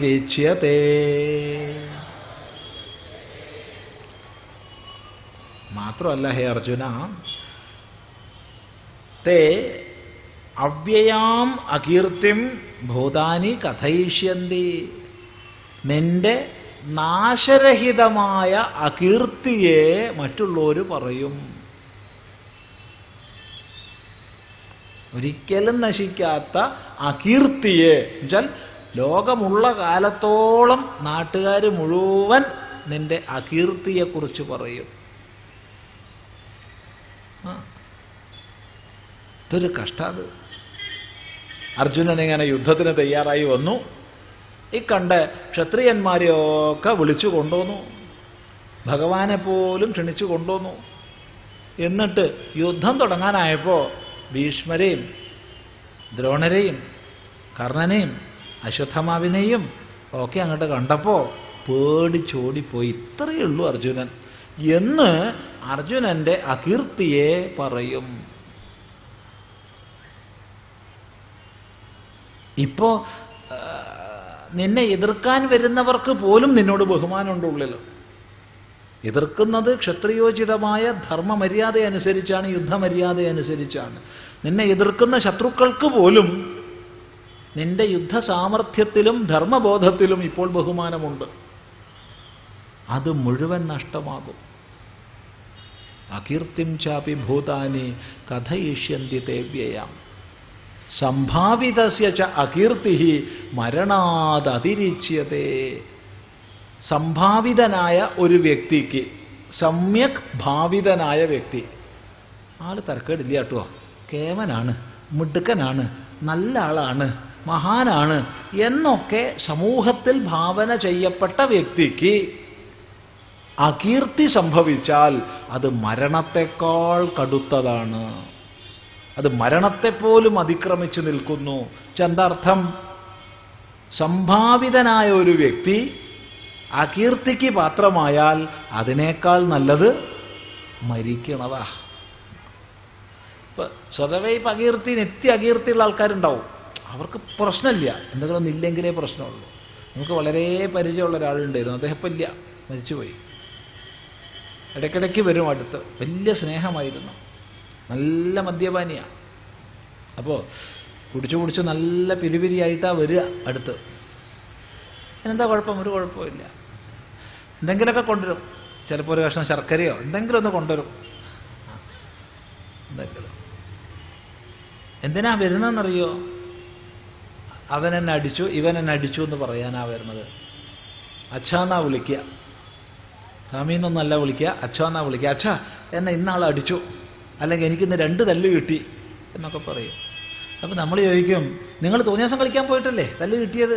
ആ, ഞാൻ ഇനിയും കളിക്കും. അച്ഛനെന്ത് വേണം? ഇനിയും തല്ലുകൊണ്ടോ, അല്ലാണ്ടെന്താ? ഇയാൾക്ക് ദിവസം തല്ലുകൊണ്ടേ മതിയോ? ഒരു പ്രശ്നമില്ല, ഒരു പ്രശ്നമില്ല. ദിവസം 4 കയറി ഒരു തല്ലും കൊണ്ടിട്ടില്ല വെച്ചാൽ ഉറക്കം വരില്ല. അപ്പൊ അയാൾക്ക് അകീർത്തി ഉണ്ടാവണമെന്നൊരു പ്രശ്നമില്ല. നേരെ മറിച്ച് സമൂഹത്തിൽ അതൊന്നും അഭിമുഖീകരിച്ചിട്ടില്ലാത്ത ഒരാൾ മുഖത്ത് നോക്കി ഒരു തെറി പോലും പറഞ്ഞിട്ടില്ല എന്ന് വെച്ചോളൂ. മാത്രമല്ല സമൂഹത്തിൽ സംഭാവിതനാണ്, സമ്യക് ഭാവിതനാണ്, ആള് കേമനാണ്, മഹാനാണ് എന്നൊക്കെ 4 ആള് പ്രശംസിക്കുന്ന ഒരു വ്യക്തിയാ.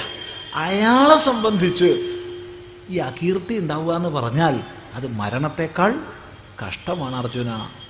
നീ ഇപ്പൊ സമൂഹത്തിൽ സംഭാവിതനാണ്, നിന്റെ ശത്രുക്കൾ പോലും നിന്നെ ഉള്ളുകൊണ്ട് ആദരിക്കുന്നുണ്ട്. അങ്ങനെയുള്ള നിനക്ക് അകീർത്തി ഉണ്ടാവുക പറഞ്ഞാൽ എന്തൊരു കഷ്ടം. അതിനേക്കാൾ നല്ലത് മരിക്കണതാണ് അർജുന. നീ ഇപ്പൊ യുദ്ധം ചെയ്യാതിരിക്കണതിനേക്കാൾ നല്ലത് പോയി മരിക്കണതാ എന്നർത്ഥം. നോക്കൂ, ഇത് ഉപദേശമാണോ? ഇത് ഉപദേശമല്ലേ അല്ല. ഭഗവാൻ അർജുനന്റെ തലത്തിൽ പോലുമല്ല, അർജുനനേക്കാൾ താഴെ ഇരുന്ന ഇത് സംസാരിക്കുന്നത്. കാരണം വാസ്തവത്തിൽ ആര് നമ്മളെ കൊണ്ട് എന്ത് അകീർത്തി പറഞ്ഞാൽ നമുക്ക് വല്ല ദോഷമുണ്ടോ? ആര് നമ്മളെ പുകഴ്ത്തിയിട്ടും പ്രശംസിച്ചിട്ടും പൂജിച്ചിട്ടും നമുക്ക് വല്ല ഗുണവും കിട്ടാൻ പോകുന്നുണ്ടോ? ആര് തന്നെ നമ്മളെ ഇകഴ്ത്തുകയോ നിന്ദിക്കുകയോ അല്ലെങ്കിൽ അപമാനിക്കും വിധം പെരുമാറുകയോ ചെയ്താൽ നമുക്ക് വല്ല കുഴപ്പമുണ്ടോ? അവന് പോയി എന്നല്ലാണ്ടെന്താ, നമുക്കെന്താ ഉള്ളത്? ഒരാൾ നമ്മളെ കൊണ്ട് വലിയ തെറി പറഞ്ഞു വെച്ചോളൂ, ഒരുപാട് വാക്കുകൾ പറഞ്ഞു, എനിക്കറിയാം അവൻ പറഞ്ഞു ഒന്നും അല്ല ഞാൻ, പിന്നെന്താ എനിക്ക് പ്രശ്നം? എൻ്റെ മുഖത്ത് നോക്കിയിട്ട് അങ്ങനെ അങ്ങനെ ഒരിക്കലുണ്ടായിട്ടുണ്ട്. ഒരു 4.25 മണിക്കൂർ നേരം അന്ന് ചിദാനന്ദപുരസ്വാമി മലയാളത്തിലുള്ള എല്ലാ തെറിവാക്കും പഠിച്ചിട്ടുണ്ട്. സത്യം പറയാം, കള്ളം പറയല്ല, സത്യം പറയാം. ചിദാനന്ദപുരസ്വാമിക്ക് അറിയാത്ത തെറിവാക്കില്ല മലയാളത്തിൽ. 4.25 മണിക്കൂർ നേരം ഞങ്ങളൊരു 3 പേര് ഒരു ഗൃഹത്തിൽ ബന്ധിക്കപ്പെട്ടു. 1,600 പേര്. എന്ന് മാത്രമല്ല, മുമ്പിൽ വന്ന് പുലഭ്യം തെറി പറയുക തന്നെ. ഒരാൾ ക്ഷീണിക്കുമ്പോൾ പോവും, വേറൊരാൾ വരും. വേറൊരാൾ പറയാൻ തുടങ്ങും, അയാൾ ക്ഷീണിക്കുമ്പോൾ അയാൾ പോവും, വേറൊരാൾ വരും. ഇങ്ങനെ നല്ലൊരു രസമായിരുന്നു. അവസാനം പല ഉപായങ്ങളും എടുത്തിട്ട് അവസാനം പോലീസിനെ വരുത്തുന്നതിൽ നമ്മൾ വിജയിച്ചു. അങ്ങനെ പോലീസ് വന്നിട്ടാണ് അവിടുന്ന് രക്ഷപ്പെട്ടത്. പോലീസ് വണ്ടി തന്നെയാണ് രക്ഷപ്പെട്ടത്, ഒന്നും കഥയല്ല. ഇതൊരു രസിക കഥാപാത്രം ഉണ്ടായിരുന്നു. ഈ നാടകങ്ങളിലും സിനിമയിലൊക്കെ ചില കൊമേഡിയന്മാരൊക്കെ ഉള്ളതുപോലെ ഒരു കോമഡിക്കാരനുണ്ടായിരുന്നു. ഇയാള് അടുത്ത് വന്നിട്ട് പറയും, സ്വാമിജി അങ്ങേക്ക് എന്നോട് ദേഷ്യം തോന്നരുതേ, അങ്ങയുടെ മനസ്സിന് ചെറിയൊരു വിഷമം വന്നാൽ കുടുംബം നശിച്ചു പോകുന്ന എനിക്കറിയാം, അതുകൊണ്ടാണ് ഒരു വിഷമം തോന്നരുതേ, എവരുടെ ഇടയ്ക്ക് ജീവിക്കണമെങ്കിൽ ഇങ്ങനെയൊക്കെ ചെയ്യണം. എന്നിട്ട് കുറച്ച് ദൂരെ പോയിട്ട് പോലഭ്യം തെറി പറയും. എന്തൊക്കെയാ പറയാന്നറിയാം, അതൊന്നും ഇവിടെ പറയാൻ വയ്യ. എന്നിട്ട് വീണ്ടും അടുത്ത് വന്ന് പറയും, അങ്ങേക്ക് മനസ്സിന് വിഷമം തോന്നരുതേ, അങ്ങേക്ക് മനസ്സിന് വിഷമം തോന്നിയാൽ എനിക്ക് ഭാര്യയും കുട്ടികളും ഉള്ളതാ, കുടുംബം നശിച്ചു പോകും, പതുക്കെ പറയും. എന്നിട്ട് കുറച്ച് ദൂരെ പോയിട്ട് ആദ്യം പറഞ്ഞതിനേക്കാൾ ഉഷാറായിട്ട് വീണ്ടും തെറി പറയും. ഇങ്ങനെയുള്ള ചില വ്യക്തികൾ ഉണ്ടായതുകൊണ്ട് ആ 4.25 മണിക്കൂർ എങ്ങനെ കഴിഞ്ഞു പോയി എന്നറിയില്ല. ഇത് കഥയല്ല. അപ്പൊ നമ്മളല്ലാത്ത പല പേരും ഇപ്പൊ നമ്മളെ വിളിച്ചുകൊണ്ട് നമുക്ക് വല്ല കുഴപ്പമുണ്ടോ? എന്താ കുഴപ്പമുള്ളത്? ഇപ്പൊ ഞാനൊരു പട്ടിയല്ലാന്ന് എനിക്കറിയാം, ഞാൻ മനുഷ്യനാണ്. ഞാനൊരു പൂച്ചയല്ലാന്ന് എനിക്കറിയാം. എന്നെ ഒരാൾ മുഖത്ത് നോക്കി പട്ടി എന്ന് വിളിച്ചാൽ എനിക്ക് എന്താ കുഴപ്പമുള്ളത്? കാരണം അതല്ല ഞാൻ. അയാൾക്ക് അങ്ങനെ തോന്നുന്നുണ്ടെങ്കിൽ അയാളുടെ കണ്ണിന് ചികിത്സ വേണം. ഞാനല്ലാത്തൊന്ന് എന്നിൽ അധ്യാരോപിച്ച് എനിക്കെന്ത് കുഴപ്പമുള്ളത്? ചിന്തിച്ചു നോക്കൂ. ഇതല്ലേ സത്യം? ഇനി ഒരാൾ വന്ന് പുകഴ്ത്തി, ഓ സ്വാമി അപാരമാണേ, വലിയ വിദ്വാനാണേ, സർവവേദാന്ത പണ്ഡിതനാണ്, വേദാന്ത പാരംഗതനാണെന്നൊക്കെ പറഞ്ഞ് സ്തുതിച്ചു എന്ന് വിചാരിച്ചോളൂ ഒരാൾ വന്നിട്ട്. അതുകൊണ്ട് നമുക്ക് വല്ല ഗുണവും കിട്ടാൻ പോകുന്നുണ്ടോ? നമുക്കറിയില്ലേ നമ്മൾ ആരാന്ന്. പിന്നെ അയാൾ പറയാൻ പോകുന്നത് എളിഞ്ഞിരിക്കുക, നായക്കൊരു സന്തോഷമായിക്കോട്ടെ വിചാരിച്ചിട്ടൊന്ന് എളിഞ്ഞിരിക്കുക, അത്രയേ ഉള്ളൂ. അല്ലാതെ ഒരു മഹിമയില്ല. മറ്റൊരാൾ സ്തുതിക്കുന്നതോ ഇകഴ്ത്തുന്നതോ നമ്മെ ബാധിക്കുന്നില്ല. ഇതാണ് പരമാർത്ഥം. അതാണ് ഗീതയിൽ ഉപദേശിക്കാൻ പോണതും. മാനാപമാനയോസ്തുല്യ തുല്യോ മിത്രാരിപക്ഷയോഹോ, ഇതൊക്കെയാ ഉപദേശിക്കാൻ പോണത്. പക്ഷെ ഇവിടെ ഇത് ഉപദേശമേ അല്ല. അർജുനനേക്കാൾ ഇറങ്ങി വന്നിട്ട് ഭഗവാൻ സംസാരിക്കുക. എന്തൊരു മോശാണ് അർജുന, ഈ ചീത്തപ്പേരുണ്ടാവുക പറഞ്ഞ അതിനേക്കാൾ നല്ലത് മരിക്കണതല്ലേ എന്നൊക്കെ പറഞ്ഞിട്ട് എങ്ങനെയെങ്കിലും അർജുനന്റെ ഉള്ളിൽ ഒരു പരിവർത്തനം ഉണ്ടാക്കിയെടുക്കാനാണ് ഭഗവാൻ ഉദ്ദേശിക്കുന്നത്. ഈ താമസികമായ അവസ്ഥയിൽ നിന്ന് അല്പം രജോ ഗുണത്തിന്റെ ഒരു ഭാവമെങ്കിലും അർജുനനിൽ പ്രകടമാകട്ടെ. ഇപ്പൊ തമസിൽ മൂടിക്കിടക്കുക അർജുനൻ. അതിൽ നിന്നൊരു ഉയർച്ച പ്രതീക്ഷിച്ചുകൊണ്ട് ഒരു കൂട്ടുകാരനെ പോലെ അർജുനനേക്കാൾ താഴേക്ക് ഇറങ്ങി വന്ന് സംസാരിക്കുകയാണ് ഇവിടെ. അത് ശ്രദ്ധിച്ചാൽ മനസ്സിലാവും. അതുകൊണ്ട് പറയുകയാണ്, സംഭാവിതനായ ഒരു വ്യക്തിക്ക് അകീർത്തി മരണത്തെക്കാൾ കഠിനമാണ്. അതുകൊണ്ട് അത് നീ ആ അവസ്ഥ ഉണ്ടാവരുതേ, നീ സ്വധർമ്മം ചെയ്യൂ. മാത്രമല്ല ഭയാദ്രണാദുപരതം മംസ്യന്തേ ത്വാം മഹാരഥാഃ യേഷാം ച ത്വം ബഹുമതോ ഭൂത്വാ യാസ്യസി ലാഘവം. ഭയാദ്രണാദുപരതം മംസ്യന്തേ ത്വാം മഹാരഥാഃ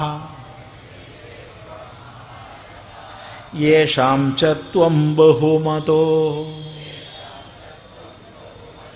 ഭൂത്വാ യാസ്യസി ലാഘവം. ഹേ അർജുന, ത്വാം മഹാരഥാഃ ഭയാദ് രണാദ് ഉപരതം മംസ്യന്തേ. ത്വാം നിന്നെക്കുറിച്ച്, ഭയാദ് ഭയം കൊണ്ട്, പേടികൊണ്ട്, രണാദ് യുദ്ധത്തിൽ നിന്നും, ഉപരതം പിന്തിരിഞ്ഞവനെന്ന്, മഹാരഥാഃ മഹാരഥന്മാർ, മംസ്യന്തേ വിചാരിക്കും. പേടികൊണ്ട് അർജുനൻ യുദ്ധത്തിൽ നിന്ന് പിന്തിരിഞ്ഞു എന്നേ വിവരമുള്ളവർ നിന്നെക്കൊണ്ട് വിചാരിക്കുള്ളൂ. അല്ലാതെ കൃപ കൊണ്ട്, കൃപയാ പരയാവിഷ്ട എന്നൊന്നും ആരും മനസ്സിലാക്കാൻ പോണില്ല. പേടിച്ചോടിപ്പോയി എന്ന് തന്നെ മഹാരഥന്മാർ മനസ്സിലാക്കൂ. മഹാരഥൻ എന്ന് പറഞ്ഞാൽ ഏകോദശ സഹസ്രാണി യോധയേത് യസ്തു ധന്വിനാം ശസ്ത്രശാസ്ത്രപ്രവീണശ്ച മഹാരഥ ഉദീരിത. ഒറ്റയ്ക്ക് ആയുധപാണികളായ 10,000 പേരോട് എതിരിടാൻ കഴിയുന്നവനും, ഏകോദശ സഹസ്രാണി യോധയേത് യസ്തു ധന്വിനാം വില്ലേന്തിയ 10,000 പേരോട് ഒറ്റയ്ക്ക് എതിരിടാൻ കഴിയുന്നവനും, ശസ്ത്രശാസ്ത്രപ്രവീണശ്ച കയ്യിൽ പിടിച്ചുപയോഗിക്കുന്ന ആയുധങ്ങളെ ഉപയോഗിക്കാനും പ്രവീണനും, ധനുർവേദത്തിൽ നിഷ്ണാതനും ആയവനാരോ അവനെ പറയുന്ന പേരാണ് മഹാരഥൻ. ഇന്ന് നമ്മൾ പലപ്പോഴും പലരെ കുറിച്ചും മഹാരഥന്മാരെന്ന് പറയാറുണ്ട്. രഥം തന്നെ കണ്ടിട്ടില്ലാത്തവരെയും നമ്മൾ ഇന്ന് മഹാരഥന്മാരെന്ന് പറയാറുണ്ട്. പല മേഖലകളിൽ ഇല്ലേ, സാമൂഹികമായിട്ടൊക്കെ പലരെ കുറിച്ചും പറയാറുണ്ട്, അവർ വലിയ മഹാരഥനാന്നൊക്കെ. ശരിക്കും മഹാരഥൻ എന്നുള്ളതിന്റെ ലക്ഷണം ഈ പറഞ്ഞതാ. ഒന്നുകൂടി പറയാം, ഏകോദശ സഹസ്രാണി യോധയേത് യസ്തു ധന്വിനാം ശസ്ത്രശാസ്ത്രപ്രവീണശ്ച മഹാരഥ ഉദീരിത.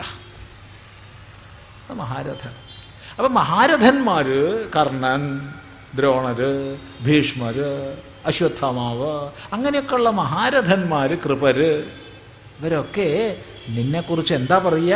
ഭയാദ്രണാദുപരതം, പേടിച്ച് യുദ്ധത്തിൽ നിന്ന് ഓടിപ്പോയി അർജുനൻ എന്ന് പറയും.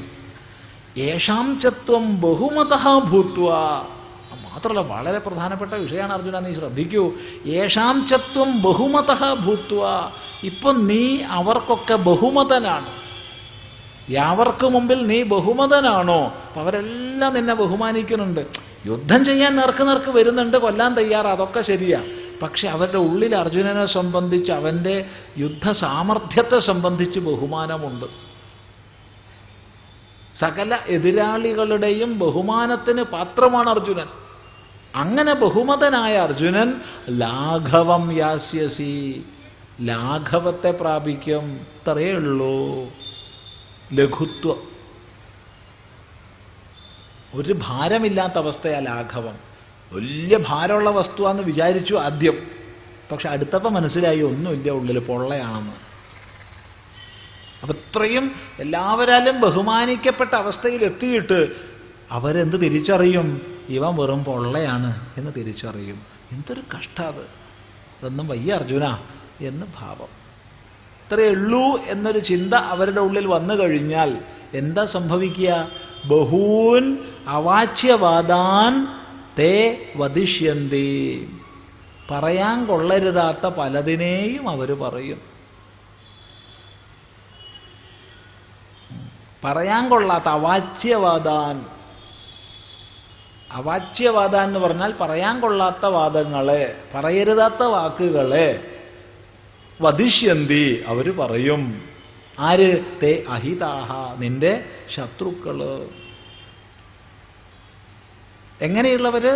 നിന്ദന്തസ്തവ സാമർഥ്യം, നിന്റെ സാമർഥ്യത്തെ നിന്ദിക്കുന്നവര്. ഇപ്പൊ നിന്റെ സാമർഥ്യത്തെ നിന്ദിക്കാൻ അവർക്ക് ധൈര്യമില്ല, നിന്ദിക്കുകയില്ല. പക്ഷേ ഒരിക്കൽ നീ യുദ്ധത്തിൽ നിന്ന് പിന്തിരിഞ്ഞ് ഭീരുവാണല്ലോ അർജുനൻ എന്നുള്ളൊരു വാക്കിന് വിഷയമായാൽ, ലാഘവത്തെ പ്രാപിച്ചാൽ അവരൊക്കെ തലപൊക്കും. എന്നിട്ട് നിന്നെ നിന്ദിക്കാൻ തുടങ്ങും. എന്താ നിന്ദിക്കുക? അവാച്യവാദാൻ ബഹൂൻ വദിഷ്യന്തി, പറയരുതാത്ത പലതിനെയും പറയും. ഒരിക്കൽ ഈ ഭഗവത്ഗീത ക്ലാസ് എടുക്കുന്ന സമയത്ത് ഒരാൾക്കൊരു സംശയം, അതെന്താ സ്വാമി അവാച്യവാദങ്ങൾ? നമ്മൾ പറഞ്ഞു ഭഗവാനെ പറയാൻ കൊള്ളാത്തതെന്ന്, പിന്നെ നമുക്ക് പറയാൻ കൊള്ളുമോ? എന്തൊരു വിഷയമായി ചോദിക്കണേ. പറയാൻ കൊള്ളാത്തതെന്ന് ഭഗവാൻ പറഞ്ഞാൽ പിന്നെ നമുക്ക് പറയാൻ കൊള്ളുമോ? അത് ഇല്ല. അപ്പൊ എന്താ നമുക്ക് അറിയില്ല അങ്ങനെയുള്ളത്. അതെന്താണെന്ന് ഇനിയിപ്പോൾ ഇവിടെ ഇരുന്ന് ആരും ചിന്തിക്കണ്ട. പലതും ആവാം.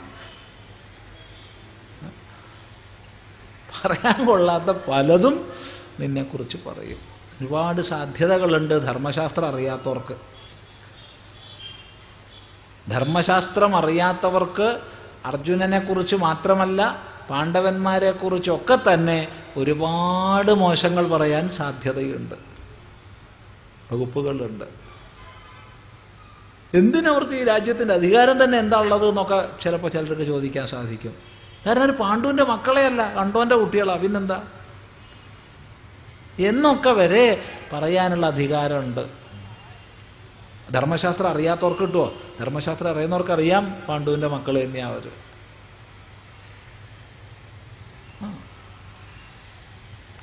അപ്പൊ അങ്ങനെയുള്ളവരൊക്കെ ഇപ്പം മിണ്ടാണ്ടിരിക്കുക, ഒന്നും പറയാതെ. പക്ഷെ നീ ലാഘവത്തെ പ്രാപിച്ചു കഴിഞ്ഞാൽ അവരൊക്കെ പറയാൻ തുടങ്ങും.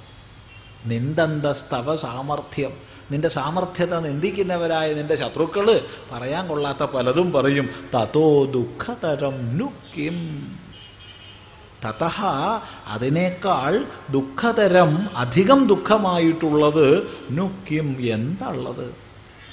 ഇതിനേക്കാൾ വലിയൊരു ദുഃഖം എന്താ ഉള്ളത്? അതുകൊണ്ട് അതൊന്നും ഉണ്ടാവരുത് അർജുന. ഒക്കെ ഒഴിവാക്കാൻ ഒറ്റ വഴിയേ ഉള്ളൂ. ധീരമായി നിന്റെ സ്വധർമാനുസൃതമായ കർമ്മം ചെയ്യൂ.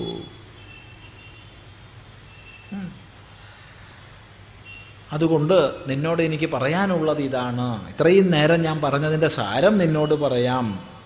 ഹതോ വാ പ്രാപ്സ്യസി സ്വർഗം ജിത്വാ വാ ഭോക്ഷ്യസേ മഹീം തസ്മാദുത്തിഷ്ഠ കൗന്തേയ യുദ്ധായ കൃതനിശ്ചയഃ. ഹതോ വാ പ്രാപ്സ്യസി സ്വർഗം ജിത്വാ വാ ഭോക്ഷ്യസേ മഹീം തസ്മാദുത്തിഷ്ഠ കൗന്തേയ യുദ്ധായ കൃതനിശ്ചയഃ.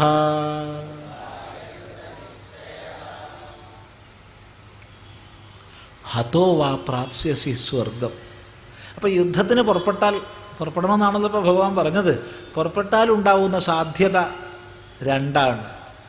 ഒന്നുകിൽ ധീരമായി യുദ്ധം ചെയ്ത് മരിക്കും, അല്ലെങ്കിൽ ധീരമായി യുദ്ധം ചെയ്ത് ജയിക്കും. തോറ്റോടുന്ന പ്രശ്നമില്ല. അത് ക്ഷത്രിയന് പറഞ്ഞതല്ല. അതുകൊണ്ട് അതിവിടെ ഭഗവാൻ ചിന്തിക്കുന്നില്ല. തോറ്റോടുന്നവനെ കുറിച്ചുള്ള ചിന്തയുണ്ട് ശാസ്ത്രത്തിൽ, അതിവിടെ വരുന്നില്ല. അപ്പോ ഒന്നുകിൽ നീ ജയിക്കും, അല്ലെങ്കിൽ നീ തോൽക്കും. ഈ രണ്ട് സാധ്യതകളേ ഉള്ളൂ.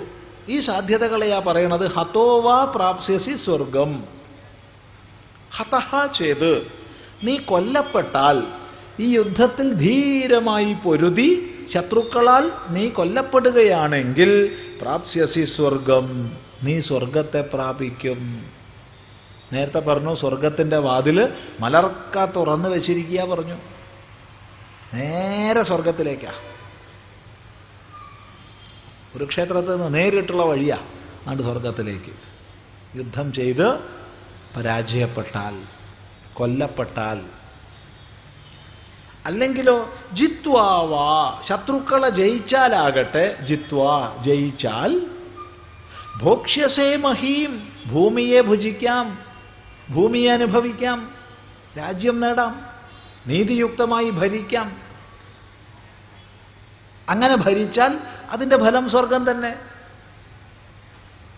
അതുകൊണ്ട് ഭാഷ്യകാരൻ പറയുന്നുണ്ട്, ഉഭയഥ ലാഭയേവ തവ, രണ്ട് പ്രകാരത്തിലായാലും നിനക്ക് ലാഭം തന്നെയാട്ടോ. തോറ്റാലും ലാഭം, ജയിച്ചാലും ലാഭം, പോരെ, എന്തായാലും ലാഭം.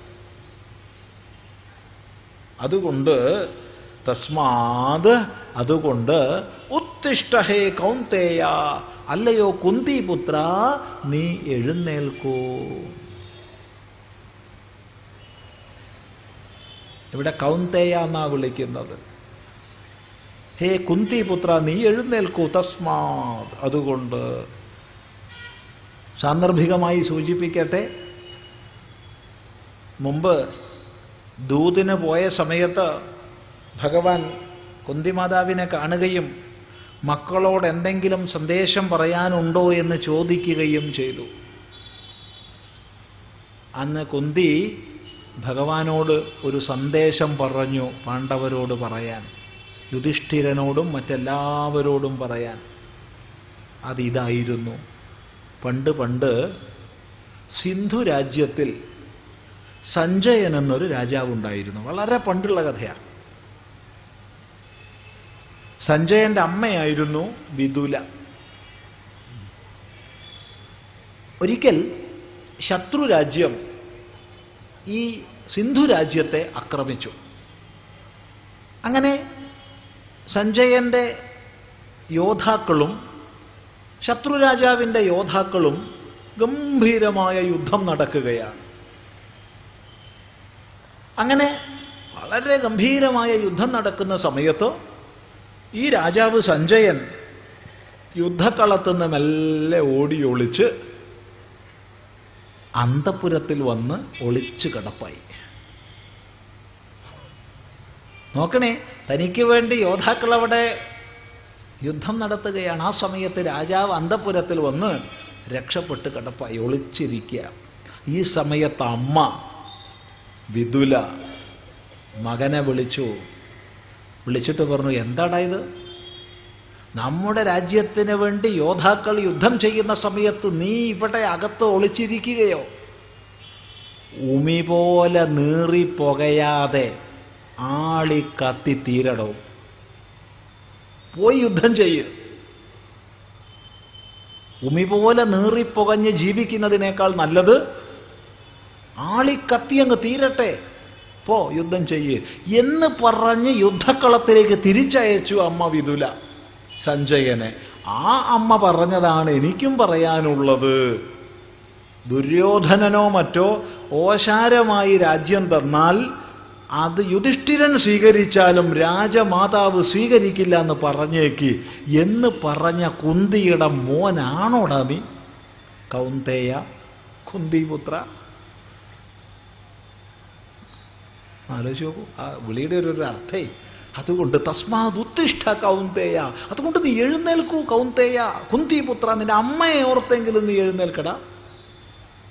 എങ്ങനെ എഴുന്നേൽക്കണം? നിറഞ്ഞു കലങ്ങിയ കണ്ണുകളോടുകൂടി അമ്പും വില്ലും താഴെ വെച്ച് കർത്തവ്യത്തിൽ നിന്ന് പിന്തിരിഞ്ഞ ഭാവത്തോടുകൂടി നീ എഴുന്നേറ്റിട്ട് ഒരു പ്രയോജനവും ഇല്ല. അങ്ങനെയുള്ള കുറേ എണ്ണം അവിടെ ഉണ്ടായിട്ട് ഒരു കാര്യമില്ല. പിന്നെ എന്ത് വേണം? യുദ്ധായ കൃതനിശ്ചയ, യുദ്ധത്തിനായിക്കൊണ്ട് നിശ്ചയിച്ചുറപ്പിച്ച് വേണം എഴുന്നേൽക്കുക. എന്താണോ സ്വകർത്തവ്യം ആ കർത്തവ്യാനുഷ്ഠാനത്തിന് നിശ്ചയിച്ചുറപ്പിച്ചിട്ട് വേണം എഴുന്നേൽക്കുക. അവിദ്യാനിദ്രയിൽ നിന്ന് നമ്മൾ ഓരോരുത്തരും ഇത് ശ്രദ്ധിക്കണം. യുദ്ധായ കൃതനിശ്ചയാന്ന് അർജുനനോട് പറഞ്ഞതാ. നമ്മളെ സംബന്ധിച്ച് നമ്മുടെ സ്വധർമാചരണത്തിന് നിശ്ചയിച്ചുറപ്പിച്ച് എഴുന്നേൽക്കൂ എന്നാണ് ഭഗവാൻ പറയുന്നത്. എങ്ങനെ എഴുന്നേൽക്കണം? എങ്ങനെയാണ് യുദ്ധത്തിന് ഒരുങ്ങി പുറപ്പെടേണ്ടത്? പറയാം. സുഖദുഃഖേ സമേ കൃത്വാ ലാഭാലാഭൗ ജയാജയൗ തതോ യുദ്ധായ യുജ്യസ്വ നൈവം പാപമവാപ്സ്യസി സുഖദുഃഖേ സമേ കൃത്വാ ലാഭാലാഭൗ ജയാജയൗ തതോ യുദ്ധായ യുജ്യസ്വ നൈവം പാപമവാപ്സ്യസി.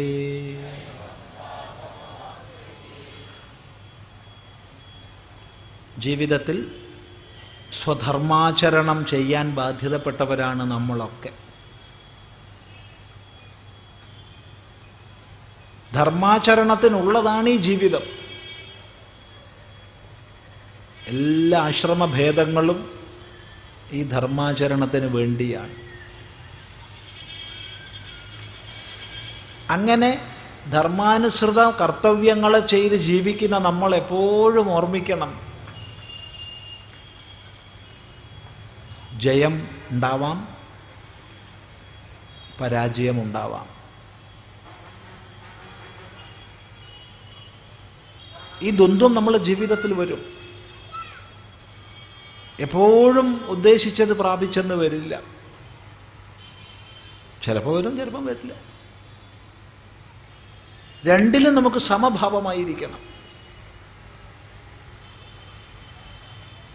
ജീവിതത്തിൽ സുഖം ദുഃഖം തുടങ്ങിയ അവസ്ഥകൾ മാറി വരും.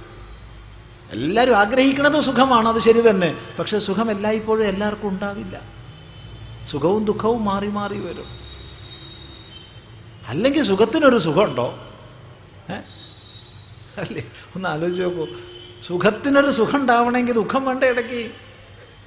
രാത്രി ഇല്ലാച്ചാ പകലിന് എന്തൊരു പകല് ഭാവ? ഒന്നുമില്ല. പകലും രാത്രിയും മാറി വരും. സുഖവും ദുഃഖവും ജീവിതത്തിൽ മാറി വരും. ലാഭവും അലാഭവും, മാനവും അപമാനവും, ശീതവും ഉഷ്ണവും, സ്തുതിയും നിന്ദയും, പൂജയും പരിഭവവും, ഈ ദ്വന്ദ്വങ്ങൾ ജീവിതത്തിൽ മാറി വന്നുകൊണ്ടേയിരിക്കും. ഇവയാൽ ബാധിക്കപ്പെടരുത്. പക്ഷെ ഒന്നുറപ്പ് വരുത്തണം, എൻ്റെ കർത്തവ്യം ഞാൻ ഭംഗിയായി ചെയ്തു,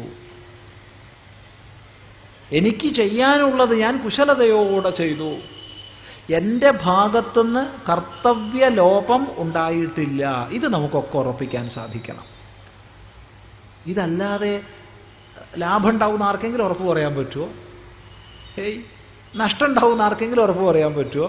രണ്ടും പറയാൻ പറ്റില്ല. നമുക്കിത്രയേ പറയാൻ പറ്റൂ, എനിക്ക് ചെയ്യാനുള്ളത് ഞാൻ ചെയ്തു, എൻ്റെ കർത്തവ്യം ഞാൻ നന്നായി ചെയ്തു, നല്ലോണം അധ്വാനിച്ചു, വേണ്ടതൊക്കെ ചെയ്തു, അത്രയേ ഉള്ളൂ. ഒരിക്കലും നമുക്ക് ഫലത്തിൽ അധികാരമില്ല. ഫലം സ്വാഭാവികമായിട്ട് വരുന്നതാണ്. നമുക്ക് കർമ്മത്തിലേ അധികാരമുള്ളൂ. അതെ, കർമ്മം ഭംഗിയായി ചെയ്യാം. ആ കർമ്മം ചെയ്യുന്നതിൻ്റെ ഫലമായിട്ട് ചിലപ്പോൾ സുഖമായിരിക്കും, ചിലപ്പോൾ ദുഃഖമായിരിക്കും. പലപ്പോഴും എന്തെങ്കിലും സുഖം വന്നാൽ നമ്മൾ അഹങ്കരിച്ച് നശിക്കും. എന്തെങ്കിലും ദുഃഖം വന്നാലോ ശോക വിഷാദങ്ങളെ പ്രാപിച്ചും നശിക്കും. രണ്ടായാലും നാശം ഉറപ്പാ.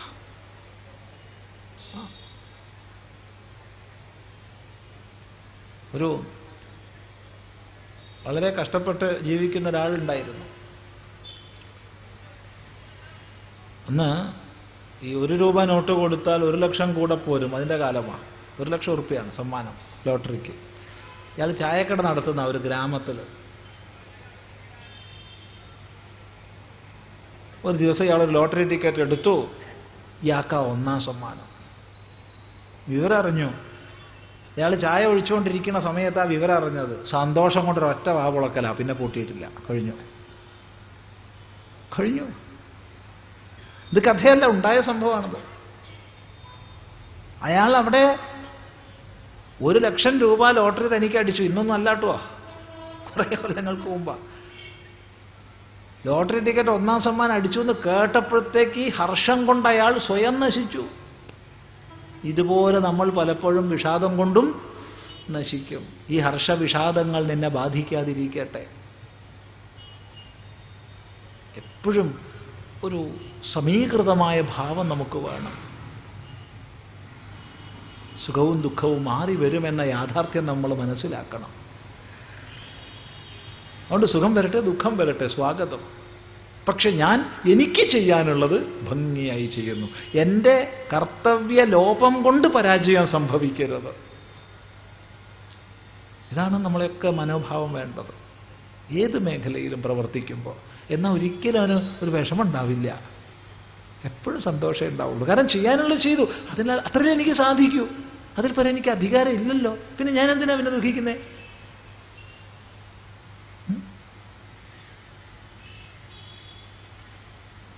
അതുകൊണ്ട് സുഖദുഃഖേ സമീകൃത്വ, സുഖദുഃഖങ്ങളെ സമമായി കരുതിയിട്ട്.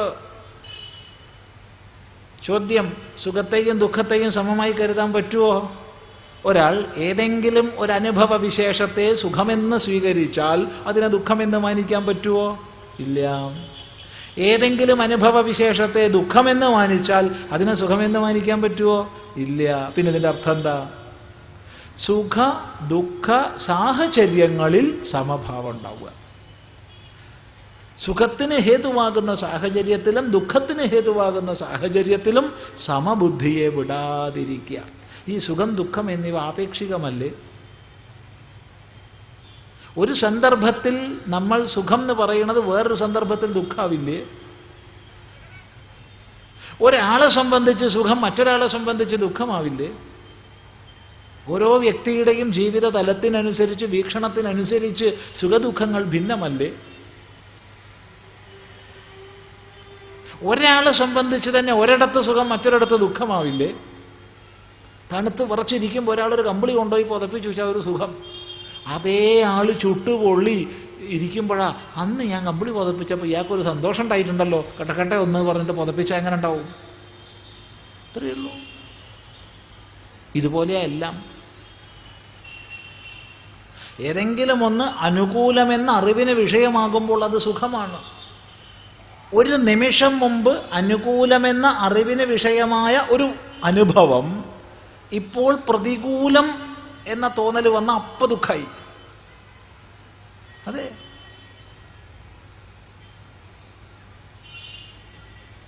ചിന്തിക്കുക. ജീവിതത്തിൽ എപ്പോഴും നമുക്കുള്ളത് അനുഭവം ഇത്. അതുകൊണ്ട് ഇവയാൽ ബാധിക്കാതിരിക്കൂ ഹേ അർജുന. സുഖദുഃഖേ സമീകൃത്വ. ഈ സുഖം ദുഃഖമൊക്കെ നിന്റെ മനസ്സിന്റെ കൽപ്പനയാണ്.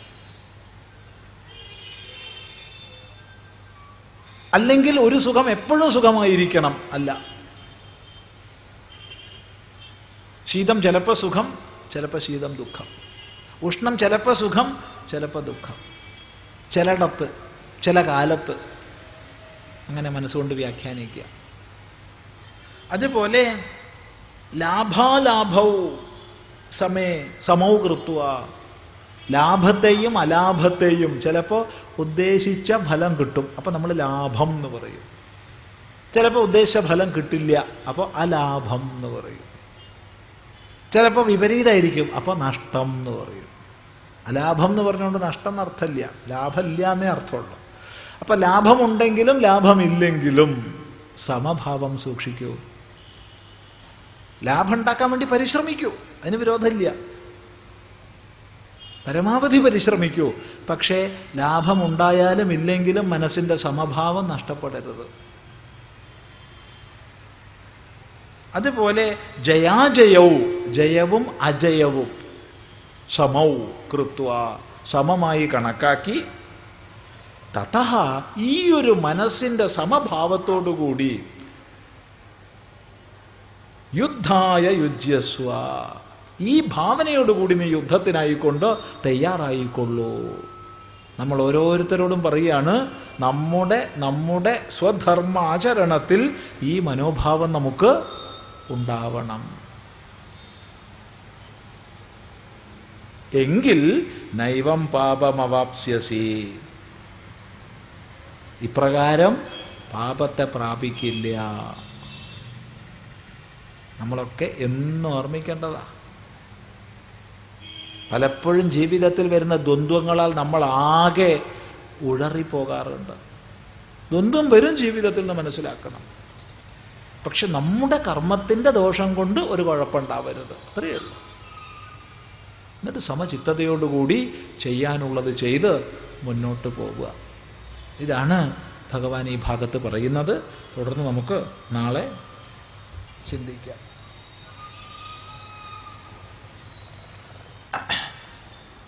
പ്രപഞ്ചത്തിലെ എല്ലാ ചരാചരങ്ങളും പരസ്പരം യജ്ഞതന്തുവിനാൽ കോർക്കപ്പെട്ടിരിക്കുന്നു. തീർച്ചയായിട്ടും സഹയജ്ഞാഹ പ്രജാഹ, എല്ലാ പ്രജകളും സഹയജ്ഞന്മാരാണ്. ഒരു മഹത്തായ യജ്ഞത്തിൽ അവനവന്റെ ഭാഗഭാഗിത്വമുള്ളവരാണ് എല്ലാവരും, യാതൊരു സംശയവുമില്ല. ഒന്നിൽ നിന്ന് മറ്റൊന്നിനെ മാറ്റി നിർത്താൻ കഴിയില്ല. തീർച്ചയായിട്ടും ഒരു പുൽക്കൊടി പോലും എന്നെ അനുഗ്രഹിക്കുന്നു. ഒരു പുൽക്കൊടി, അല്ലെങ്കിൽ എനിക്ക് കണ്ണുകൊണ്ട് പോലും നോക്കിയാൽ കാണാത്തത്ര ചെറിയൊരു സസ്യം ഉത്പാദിപ്പിക്കുന്ന പ്രാണവായുവെ ശ്വസിച്ചിട്ടാണ് എനിക്കിവിടെ സംസാരിക്കാൻ കഴിയുന്നത്. ഒരു പക്ഷേ ആരോടെങ്കിലും ദേഷ്യം പിടിച്ചാൽ പോടാ പുല്ല് എന്നൊക്കെ പറയാൻ കഴിയുന്നത് ആ പുല്ല് എനിക്ക് തന്ന ഓക്സിജൻ ശ്വസിച്ചിട്ടാ. ഇങ്ങനെ പ്രപഞ്ചത്തിലെ സമസ്ത ജീവരാശികളും പരസ്പരം ആദാനപ്രദാനത്തിലൂടെ ചേർക്കപ്പെട്ടവരാണ്, സഹയജ്ഞന്മാരാണ്. ഒരു മഹായജ്ഞത്തിൽ അവനവന്റെ പങ്ക് വഹിക്കുന്നവരാണ്. ഈ ധാരണ മനസ്സിലുണ്ടാകുമ്പോൾ നമ്മൾ ധാർമ്മിക ജീവിതം അനുഷ്ഠിക്കുന്നവർ ആകുന്നു എന്ന് കേട്ടു. മേൽപ്പറഞ്ഞ കാര്യങ്ങൾ ഒന്ന് വിശദമാക്കി തരുവാൻ അപേക്ഷ. ഇത് തന്നെ പറഞ്ഞാൽ മതി, ഇത്ര തന്നെ പറഞ്ഞാൽ മതി. അതുകൊണ്ട് ഭഗവാൻ പറഞ്ഞു, സഹയജ്ഞാ പ്രജാ സൃഷ്ടുവാ പുരോവാച പ്രജാപതി അനേന പ്രസവിഷ്യധ്വം ഏഷവോസ്തിഷ്ഠ കാമധുഗ്. ഈ പ്രപഞ്ചത്തിലെ എല്ലാ ജീവജാലങ്ങളും സഹയജ്ഞന്മാരാണ്. അങ്ങനെ സഹയജ്ഞന്മാരായിട്ട് ജീവരാശികളെ ഉരുത്തിരിയിച്ചിട്ട് പ്രജാപതി പറഞ്ഞു, ഈ യജ്ഞം കൊണ്ട് നിങ്ങൾ പരസ്പരം വളർന്നാലും ഇത് നിങ്ങൾക്ക് ഇഷ്ടകാമധേനുവായി തീരട്ടെ എന്ന്. അതുകൊണ്ട് എപ്പോഴും നമ്മൾ ജീവിതത്തിൽ എന്നും ഓർമ്മിക്കേണ്ടുന്ന ഒരു മന്ത്രസമാനമായ വാക്യമാണ് സഹയജ്ഞാഹ പ്രജാഹ എന്നത്. എല്ലാ പ്രജകളും സഹയജ്ഞന്മാരും. എഴുത്തുകാരെയും കലാകാരെയും ബുദ്ധിജീവികൾ എന്ന് പറയുന്നു. എല്ലാം ബുദ്ധിജീവികൾ തന്നെയാ. ബുദ്ധിയുള്ള ജീവികൾ ഒക്കെ ബുദ്ധിജീവികൾ തന്നെയാ. നമ്മളൊക്കെ ബുദ്ധിയുള്ള ജീവികളാ, നമ്മളൊക്കെ ബുദ്ധിജീവികളാ. ഇരിക്കണ കൂട്ടത്തിൽ ബുദ്ധിജീവി അല്ലാത്ത ആരുമില്ല. ആരാ ഉള്ളത്? ആരെങ്കിലും ബുദ്ധിജീവി അല്ലാത്തുണ്ടെങ്കിൽ അയാളത് മനസ്സിലാക്കണില്ലല്ലോ. എന്നെന്താ? അതുകൊണ്ട് നമ്മളൊക്കെ ബുദ്ധിജീവികളാണ്, സംശയമൊന്നുമില്ല. സാധാരണ ബുദ്ധിയുള്ളവർ എന്നാണെങ്കിൽ എഞ്ചിനീയർമാർ, ശാസ്ത്രജ്ഞന്മാർ, ഡോക്ടർമാർ എന്നിങ്ങനെയുള്ള പല മേഖലയിലും ബുദ്ധിയുള്ളവരല്ലേ. ശാസ്ത്രജ്ഞന്മാർ, എഞ്ചിനീയർമാർ, ഡോക്ടർമാർ മാത്രമേ ബുദ്ധിയുള്ളവരുള്ളൂ? കൈക്കോട്ട് കളിക്കുന്ന ആൾക്ക് ബുദ്ധിയില്ലേ? കൂട്ടാൻ കഷ്ണം നിറക്കുന്ന ആൾക്ക് ബുദ്ധിയില്ലേ? നടക്കുന്ന ആൾക്ക് ബുദ്ധിയില്ലേ? നിൽക്കുന്ന ആൾക്ക് ബുദ്ധിയില്ലേ? കിടക്കുന്ന ആൾക്ക് ബുദ്ധിയില്ലേ? എല്ലാവർക്കും ബുദ്ധിയുണ്ട്, ബുദ്ധിയില്ലാത്ത ആരുമില്ല. എന്നൊരു ചോദ്യം ചോദിക്കട്ടെ, ഭ്രാന്തന്മാർക്ക് ബുദ്ധിയില്ലേ? ബുദ്ധി ഉണ്ടെന്ന് മാത്രമല്ല, പലപ്പോഴും ഭ്രാന്തന്മാർക്കാണ് അധികം ബുദ്ധി ഉണ്ടാവാറ്. എന്താ സ്വാമി അങ്ങനെ പറഞ്ഞേ? അതെ, ഭ്രാന്തെന്നുള്ള അവസ്ഥ ബുദ്ധിയില്ലായ്മയല്ല, ബുദ്ധിയുടെയും മനസ്സിൻ്റെയും സന്തുലിത ഭാവത്തിന് ഭംഗം വരുന്നതാണ്. ചിന്തിക്കുക. പിന്നെ എന്തുകൊണ്ട് എഴുത്തുകാരെ, കലാകാരന്മാരെ ബുദ്ധിജീവികൾ എന്ന് വിളിക്കുന്നു? അതൊന്നും അറിയില്ല, അറിയാത്ത വിഷയമാണത്. അറിയുന്നവരോട് ചോദിക്കുക. അടുത്ത കാലത്തായി ചില മാധ്യമങ്ങളും ബുദ്ധിജീവികളും, അവിടെ ഒന്നും ഈ സാധനം ബുദ്ധിജീവികളും ഭഗവത്ഗീത മഹാഭാരതത്തിൻ്റെ ഭാഗമല്ലെന്നും അത് പിന്നീട് എഴുതപ്പെട്ട് മഹാഭാരതത്തിൽ ചേർക്കപ്പെട്ടതാണെന്നുമുള്ള വാദം പ്രചരിപ്പിക്കുന്നുണ്ട്. ഈ വാദത്തിന് പ്രധാന തെളിവായി ഇവർ പറയുന്നത് മഹാഭാരതത്തിലും ഭഗവത്ഗീതയിലും ഉപയോഗിച്ചിരിക്കുന്ന ഭാഷയ്ക്ക് വ്യത്യാസമുണ്ടെന്നാണ്. സ്വാമിജിയുടെ അഭിപ്രായം എന്താണെന്നറിയാൻ ആഗ്രഹമുണ്ട്. മഹാഭാരതത്തിൽ അന്യഭാഗങ്ങളിലും ഭഗവത്ഗീതയിലും ഉപയോഗിച്ചിരിക്കുന്ന ഭാഷയ്ക്ക് അണുപോലും വ്യത്യാസമില്ല, അല്പം പോലും വ്യത്യാസമില്ല. ഉണ്ടെന്ന് ആരാ പറഞ്ഞേ? പറഞ്ഞവര് മഹാഭാരതം മൂലം വായിച്ചിട്ടില്ല എന്ന് ഉറപ്പാണ്. എന്നാൽ ഒരു ചെറിയ വ്യത്യാസം ഉണ്ടാവണ്ടേ ഭാഷയ്ക്ക്? ഒരു വ്യത്യാസവും ഇല്ല. മഹാഭാരതത്തിൽ 6ാമത്തെ പർവമായ ഭീഷ്മപർവത്തിൽ 25 മുതൽ 42 അടക്കമുള്ള 18 അധ്യായങ്ങളാണ് ഭഗവത്ഗീത. ഇത് അന്തർഭവിക്കുന്നത് ഭീഷ്മപർവത്തിലെ ഒരു ഉപപർവമായ ഭഗവത്ഗീതാ പർവത്തിലാണ്. പിന്നെ എന്തിനാ ഇങ്ങനെയൊക്കെ പറയുന്നത്? ഇത് വളരെ ശ്രദ്ധിച്ചാൽ നമുക്ക് മനസ്സിലാവും. സനാതന ധർമ്മവ്യവസ്ഥയിൽ അനേകം ആചാര്യന്മാരുടെ പരിശ്രമത്തിൻ്റെ ഫലമായിട്ട്, അനേകം ആചാര്യന്മാരുടെ ഉദ്ബോധനത്തിൻ്റെ ഫലമായി രൂപം കൊണ്ട പല പ്രസ്ഥാനങ്ങളുടെയും പരിശ്രമ ഫലമായിട്ട് ഒരു ഉണർവുണ്ടായി വരുന്നുണ്ട്. ആ ഉണർവിന് ഹേതുക്കൾ എന്തൊക്കെയോ അതിനെയൊക്കെ ഒരു ദ്വന്ദ്വഭാവത്തിൽ സമൂഹത്തിൽ അവതരിപ്പിക്കണം. എന്നാലേ ഇതിനെ വീണ്ടും അടിമത്തത്തിലേക്ക് താഴ്ത്താൻ പറ്റൂ, വീണ്ടും ഒന്നിനും കൊള്ളായ്മയിലേക്ക് ഇകഴ്ത്താൻ പറ്റൂ. അതുകൊണ്ട് പല വാദങ്ങളെ പറയുന്നു. എന്തൊക്കെയാ പറയണത്? അനേകം. ലോകത്തിൽ ഏറ്റവും വലിയ തീർത്ഥാടക കേന്ദ്രമായി ശബരിമല ഉയർന്നു. ശബരിമലയിലാണ് ഏറ്റവും അധികം തീർത്ഥാടകർ ഒരു സ്ഥലത്ത് ചുരുങ്ങിയ കാലത്തിൽ ദർശിക്കുന്നത്. അപ്പോഴത്തേക്കതാ വന്നു, ഈ അയ്യപ്പനുണ്ടല്ലോ, അയ്യപ്പൻ ഹിന്ദു ദൈവം അല്ല കേട്ടോ. ഇവിടെ ഹിന്ദു ദൈവം, ക്രിസ്ത്യൻ ദൈവം, മുസ്ലിം ദൈവം എന്നൊന്നുമില്ല, ദൈവമാണ്. ആണല്ലോ ഹിന്ദു ദൈവം, ക്രിസ്ത്യൻ ദൈവം, മുസ്ലിം ദൈവം. അത് ബൗദ്ധമാണ്. സന്തോഷം, ബൗദ്ധമായിക്കോട്ടെ, നമുക്കെന്ത് വേണം എന്ന് പറഞ്ഞാൽ മതി. അപ്പം അവൻ പോയിക്കോളും, പിന്നെ മുണ്ടൂല്ല. പക്ഷെ ഇത് കേൾക്കുമ്പോഴത്തേക്ക് അതല്ല, അങ്ങനെയല്ല, ഇങ്ങനെയല്ല, വാദപ്രതിവാദമായി. അതെന്താ പുതിയൊരു വാദം? ഒരു വിഭ്രമം ഹിന്ദു സമൂഹത്തിൽ ഉണ്ടാക്കിയെടുക്കാൻ വേണ്ടിയിട്ട്, വേറെ ഒന്നുമല്ല. ഗീത മഹാഭാരതത്തിലുള്ളതല്ല. സന്തോഷം ആവണ്ട, എന്തു വേണം? ഇങ്ങനെ പറയുന്നവരോട് നമ്മൾ ഉടനെ ചോദിക്കേണ്ടത് അതാ. ശരി, നീ പറഞ്ഞല്ലോ മഹാഭാരതത്തിലുള്ളതല്ല എന്ന്. വേണ്ട. അതുകൊണ്ട് ഇപ്പം എന്താ ഒരു കുഴപ്പമുണ്ടാവാൻ പോണേ?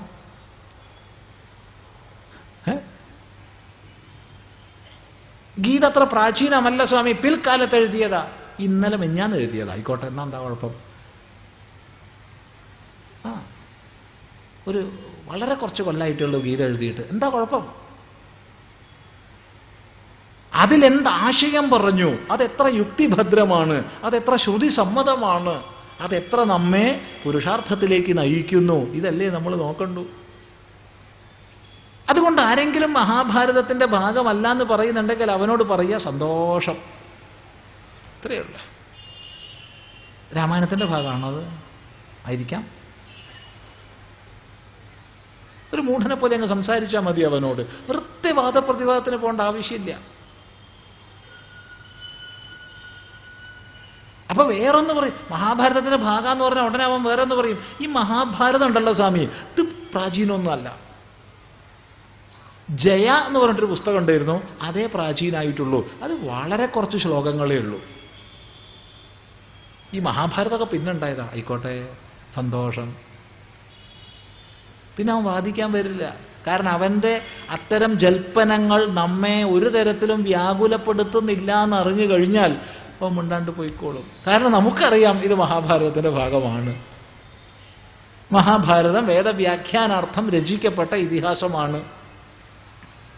ഓരോ അധ്യായത്തിന്റെയും ഒടുവിൽ ഓം തത്സദിതി ശ്രീ മഹാഭാരതേ ശതസാഹസ്രിയാം സംഹിതായാം വൈയാസിക്യാം ഭീഷ്മപർവണി ശ്രീമദ് ഭഗവത്ഗീതാസു ഉപനിഷത്സു എന്ന് ഓരോ അധ്യായത്തിന്റെ ഒടുവിലും പറയുന്നുണ്ട്. മഹാഭാരതത്തിൽ തന്നെയും ഭീഷ്മപർവത്തിൽ 43ാമത്തെ അധ്യായത്തിൽ ഭഗവത്ഗീതയെക്കുറിച്ച് പറയുന്നുണ്ട്. 42ാം അധ്യായത്തിൽ ഗീത തീരും, 43ാം അധ്യായത്തിൽ ഗീതയുടെ കണക്കൊക്കെ പറയുന്നുണ്ട്. അത് കഴിഞ്ഞ് വളരെ കഴിഞ്ഞിട്ട് അനേക പർവ്വങ്ങൾ കഴിഞ്ഞ ശേഷം അർജുനൻ ഭഗവാനോട് ചോദിക്കുന്നുണ്ട്, ഭഗവാനെ പണ്ട് കുരുക്ഷേത്ര യുദ്ധത്തിൽ വെച്ച് എനിക്കൊരു ഉപദേശം അങ്ങ് തന്നിരുന്നില്ലേ, അതൊന്നും കൂടി കേട്ടാൽ തിരക്കേടില്ല എന്ന്. അപ്പോഴാണ് അനുഗീത ഉപദേശിക്കുന്നത്. ഇതൊക്കെ നമ്മുടെ സമൂഹത്തിലൊരു വ്യാകുലത ഉണ്ടാക്കിയെടുക്കാൻ വേണ്ടി, വിഭ്രമം ഉണ്ടാക്കിയെടുക്കാൻ വേണ്ടി, തദ്വാര ഇന്ന് സംഭവിച്ചുകൊണ്ടിരിക്കുന്ന ധർമ്മജാഗരണ പ്രക്രിയയ്ക്ക് ഒരു ഹാനി വരുത്താൻ വേണ്ടി മൂഢന്മാർ പറയുന്ന ജൽപ്പനങ്ങൾ എന്നല്ലാതെ അത് വിദ്വാൻമാരുടെ വാദങ്ങളായിട്ട് നമുക്കെടുക്കാൻ കഴിയില്ല. അത് അർഹിക്കുന്ന നിലയ്ക്ക് തള്ളിക്കളയുക. അല്ല, ഈ മഹാഭാരതത്തിന്റെ ഭാഗമല്ല ഗീത എന്നല്ല. ഗീത എന്നില്ലേ? എന്ത് ഗീത? അങ്ങനെയൊന്നുമില്ല. അയൽവാസി ഗീത എന്ത് ഗീതയാണ്? ഗീത എന്നൊരു ഉപദേശമൊന്നും ഇല്ലാന്നേ എന്ന് പറഞ്ഞാൽ മതി. അപ്പൊ അയാൾ വിചാരിക്കട്ടെ, ഞാൻ വിചാരിച്ചതിനേക്കാൾ അപ്പുറത്താണല്ലോ എവന്റെ പറച്ചില്, അവൻ പോയിക്കോളും.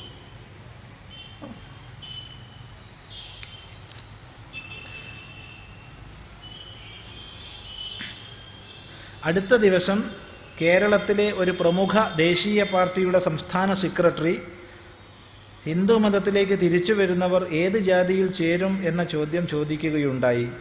ഈ വിഷയത്തിൽ സ്വാമിജിയുടെ അഭിപ്രായം എന്താണ്? അവൻ ഹിന്ദുവിലേക്ക് വരും.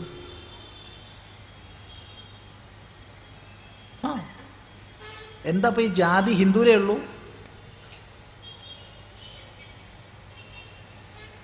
ഇവിടെ ലക്ഷക്കണക്കിന് ഗ്രന്ഥങ്ങൾ,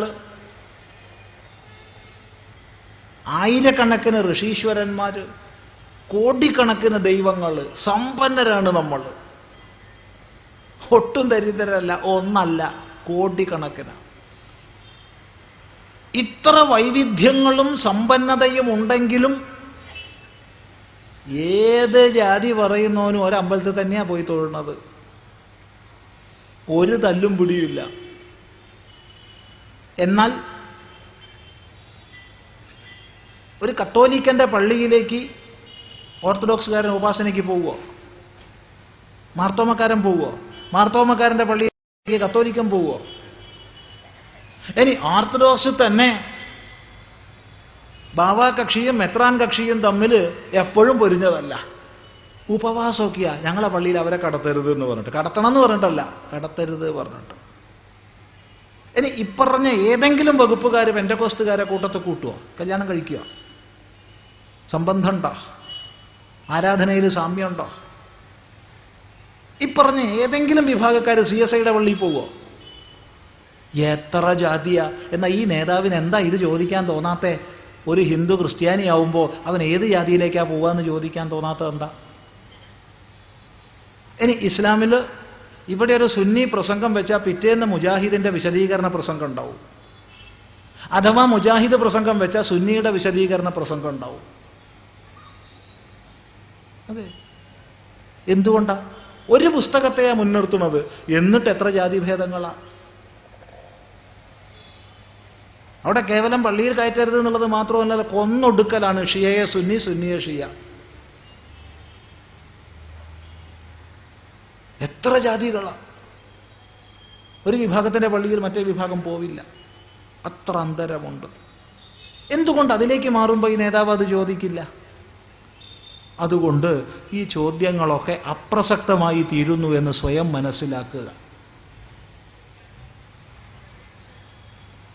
ഈ ചോദ്യങ്ങൾ വരുന്നത് ഇപ്പോ പ്രായേണ ഹിന്ദുധർമ്മത്തിലേക്ക് കൂട്ടമായി കുറെ പേര് വന്ന ഒരു സാഹചര്യത്തിലാണ്. ഘർവാപ്പസി. ഇതെന്താ ഇപ്പൊ ഒരു ചർച്ച വന്നത്? ഇത്രയും കാലം ഒന്ന് ആലോചിച്ച് നോക്കൂ. ഈ കോഴിക്കോട് കേന്ദ്രമായിട്ട്, പൊന്നാനി കേന്ദ്രമായിട്ട്, ഈ 2 കേന്ദ്രങ്ങൾ മാത്രം എടുത്താൽ മതി. ഓരോ മാസവും 100 കണക്കിന് പേര് ഇസ്ലാം മതത്തിലേക്ക് പോയിക്കൊണ്ടേയിരുന്നിട്ടുണ്ട്. ഇവിടെ തർബിയത്തുൽ ഇസ്ലാം കേന്ദ്രമായിട്ടും പൊന്നാനി കേന്ദ്രമായിട്ടും ഓരോ മാസവും 100 കണക്കിന് പേര് ഇസ്ലാമിലേക്ക് പോയിക്കൊണ്ടേയിരുന്നു ഇത്ര കാലം. ഇതിനേക്കാൾ അധികമാണ് അനേക പള്ളികൾ കേന്ദ്രീകരിച്ചുകൊണ്ട് ക്രിസ്ത്യൻ സമൂഹത്തിലേക്ക് പോയിക്കൊണ്ടിരുന്നു ധാരാളം പേര്. അപ്പോഴൊന്നും ഒരു പ്രശ്നം ആർക്കുമില്ല. അതെല്ലാം ന്യൂനപക്ഷ അവകാശമാണ്. ഇപ്പൊ കുറച്ചു പേര് ഹിന്ദുധർമ്മത്തിലേക്ക് തിരിച്ചു വരുന്നു. ആകെ പ്രശ്നം. ഇത് മനുഷ്യാവകാശ ധ്വംസനമാണ്. അതെങ്ങനെയാത്? അങ്ങോട്ട് പോകാൻ സ്വാതന്ത്ര്യം ഉണ്ട്, അങ്ങോട്ട് വരാനും സ്വാതന്ത്ര്യം ഇല്ലേ? അങ്ങോട്ടും ഇങ്ങോട്ടൊക്കെ ഒരുപോലെ വേണ്ടേ?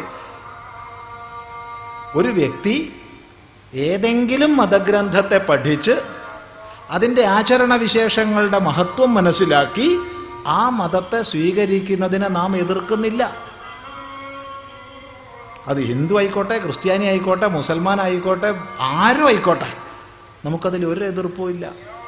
എന്നാൽ അജ്ഞാനം, ദാരിദ്ര്യം, ദൗർബല്യം ഇവ ചൂഷണം ചെയ്യപ്പെട്ട് നടക്കുന്ന മതപരിവർത്തനങ്ങൾ അങ്ങേയറ്റം നിന്ദ്യമാണ്, നിയമം മുഖേന നിരോധിക്കേണ്ടതാണ്.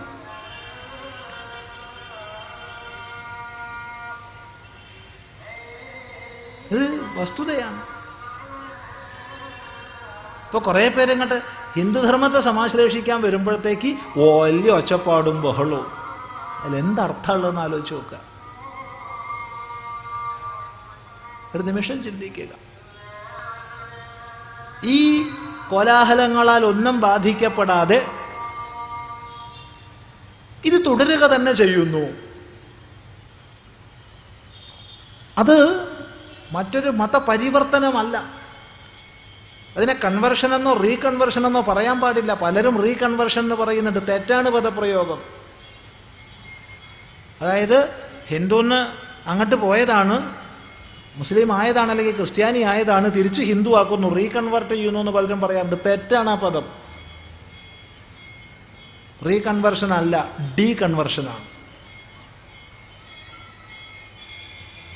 മുൻപ് എന്തോ ചില ക്രിയകളെ ചെയ്ത് കൺവെർട്ട് ചെയ്തു, അതങ്ങോട്ട് ഇല്ലാണ്ടാക്കി, അത്രയേ ഉള്ളൂ. അപ്പൊ ഞാൻ എവിടെ ഇരുന്നോ അവിടെ തന്നെ ഇരിക്കണം.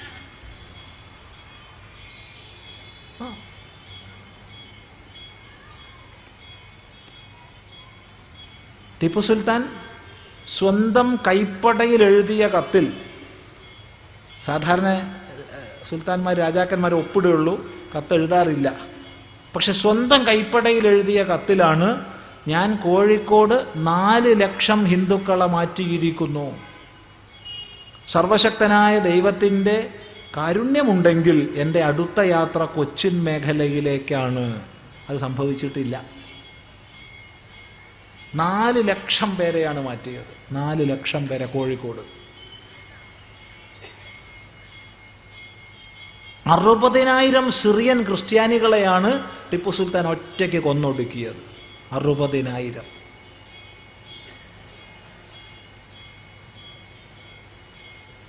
അവിടുന്ന് ഇങ്ങോട്ട് അഭംഗുരം മതം മാറ്റങ്ങൾ നടന്നുകൊണ്ടേയിരുന്നു വിവിധ കേന്ദ്രങ്ങളിലൂടെ. അന്നൊന്നുമില്ലാത്ത ഒച്ചപ്പാട്, ഇന്നലെയും മിനിയാന്നും ഇല്ലാത്ത ഒച്ചപ്പാട് ഇപ്പം ഉണ്ടാവുന്നത് എന്തുകൊണ്ടാണെന്ന് ഒരു തരത്തിലും ആലോചിച്ചാൽ സാമാന്യ യുക്തിയുള്ളവർക്ക് മനസ്സിലാവില്ല.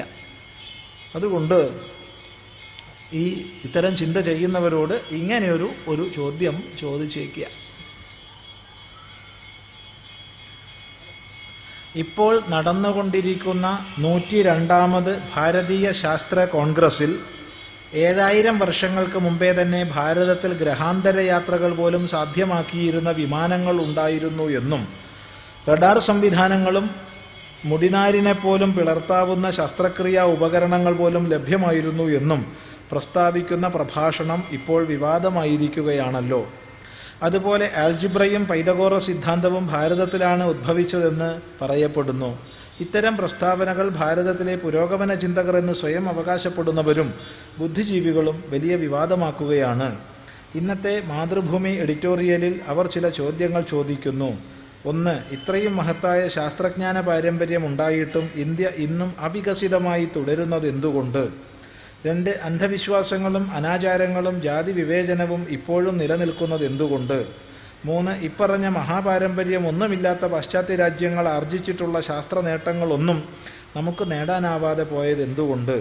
ആധുനിക വിജ്ഞാനങ്ങളൊന്നും സ്വീകരിക്കാതെ ഭൂതകാല മഹത്വത്തിലും പ്രാചീന വിശ്വാസങ്ങളിലും വർണ്ണ സങ്കല്പത്തിലും മുഴുകി കാലമാറ്റം തിരിച്ചറിയാതെ പോയതാണ് നമ്മെ അധിനിവേശ അടിമത്തത്തിൽ കൊണ്ടെത്തിച്ചതെന്നും മാതൃഭൂമി പറയുന്നു. ഇത്തരം ചോദ്യങ്ങൾക്കുള്ള അങ്ങയുടെ മറുപടി എന്താണ്? ഇവിടെ 7000 കൊല്ലങ്ങൾക്ക് മുമ്പ് ഇവിടെ വിമാനമുണ്ടായിരുന്നു, ഗ്രഹാന്തര യാത്ര ചെയ്തിരുന്നു എന്ന് ചിദാനന്ദപുരി സ്വാമി പറയാൻ തയ്യാറല്ല. അല്ലെന്നും പറയാൻ തയ്യാറല്ല. അറിയില്ല എന്നേ പറയുള്ളൂ. പക്ഷെ ഒന്ന് പറയാം, 7000-ലേറെ കൊല്ലങ്ങൾക്ക് മുമ്പ് വിമാന വിജ്ഞാനീയം ഇവിടെ ഉണ്ടായിരുന്നു. രണ്ടിനെ വ്യത്യാസം മനസ്സിലാക്കുക. അവർ വിമാനം പറത്തിയിരുന്നു എന്ന് പറഞ്ഞിട്ടില്ല, അറിയില്ല എന്നേ പറഞ്ഞിട്ടുള്ളൂ, ഉണ്ടെന്നോ ഇല്ലെന്നോ പറയുന്നില്ല. പക്ഷേ വിമാന സംബന്ധിയായ വിജ്ഞാനീയം ഉണ്ടായിരുന്നു. കേവലം യന്ത്രസാര സർവസ് മാത്രമൊന്നുമല്ല, ഒട്ടനവധി ഗ്രന്ഥങ്ങളും ഗ്രന്ഥങ്ങളിലെ ഭാഗങ്ങളും വിമാനതന്ത്രം മുതലായവ ഉപദേശിച്ചിരുന്നു. അതുകൊണ്ട് ആകാശയാത്രയെപ്പറ്റിയും ഗ്രഹാന്തര യാത്രയെപ്പറ്റിയും പൂർവാചാര്യന്മാര്, പൂർവർഷിമാർ ബോധവാന്മാരായിരുന്നു. അതിൻ്റെ വർണ്ണനകൾ നമുക്ക് പ്രാചീന ഗ്രന്ഥങ്ങളിൽ അനേകം കിട്ടുന്നുണ്ട്, അതിൽ സംശയമില്ല. അതേസമയത്ത് വിമാനം ഉണ്ടായിരുന്നു എന്ന് പറയാൻ നമുക്ക് സാധ്യമല്ല. വിജ്ഞാനീയം ഉണ്ടായിരുന്നു. എല്ലാ വിജ്ഞാനീയവും സാക്ഷാത്കൃതമായി എന്ന് പറയാൻ വയ്യ, ഇല്ലെന്നും പറയാൻ വയ്യ. രണ്ടും നമ്മൾ പറയുന്നില്ല. വിജ്ഞാനീയമുണ്ടായിരുന്നു, അതിൽ യാതൊരു സംശയവുമില്ല.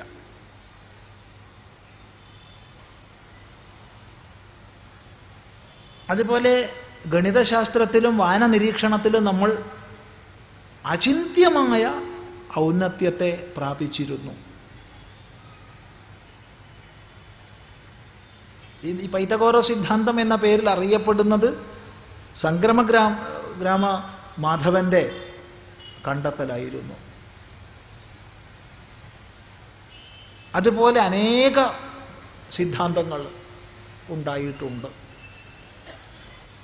പക്ഷേ എന്ത് സംഭവിച്ചു? നമ്മുടെ മഹിമയെ തീർത്തും നാം വിസ്മരിച്ച ഒരു മധ്യകാലഘട്ടത്തിലൂടെ, അന്ധകാരാവൃതമായൊരു മധ്യകാലഘട്ടത്തിലൂടെ നമ്മൾ കടന്നു വന്നു. നിന്റെ പൂർവികർ പഠിപ്പിച്ചതൊക്കെ അബദ്ധമാണ്, അന്ധവിശ്വാസമാണ്, അനാചാരമാണ്, ദുരാചാരമാണെന്ന് നമ്മെ പഠിപ്പിച്ചു. നമ്മളത് ഏറ്റുപഠിച്ചു. തത്തമ്മേ പൂച്ച പൂച്ച എന്ന് നമ്മളും പറഞ്ഞു. അങ്ങനെ പറഞ്ഞതിൻ്റെ ഫലമായിട്ട് നമ്മുടെ മഹിമ നമ്മൾ വിസ്മരിച്ചു. ഇതാ ഉണ്ടായത്.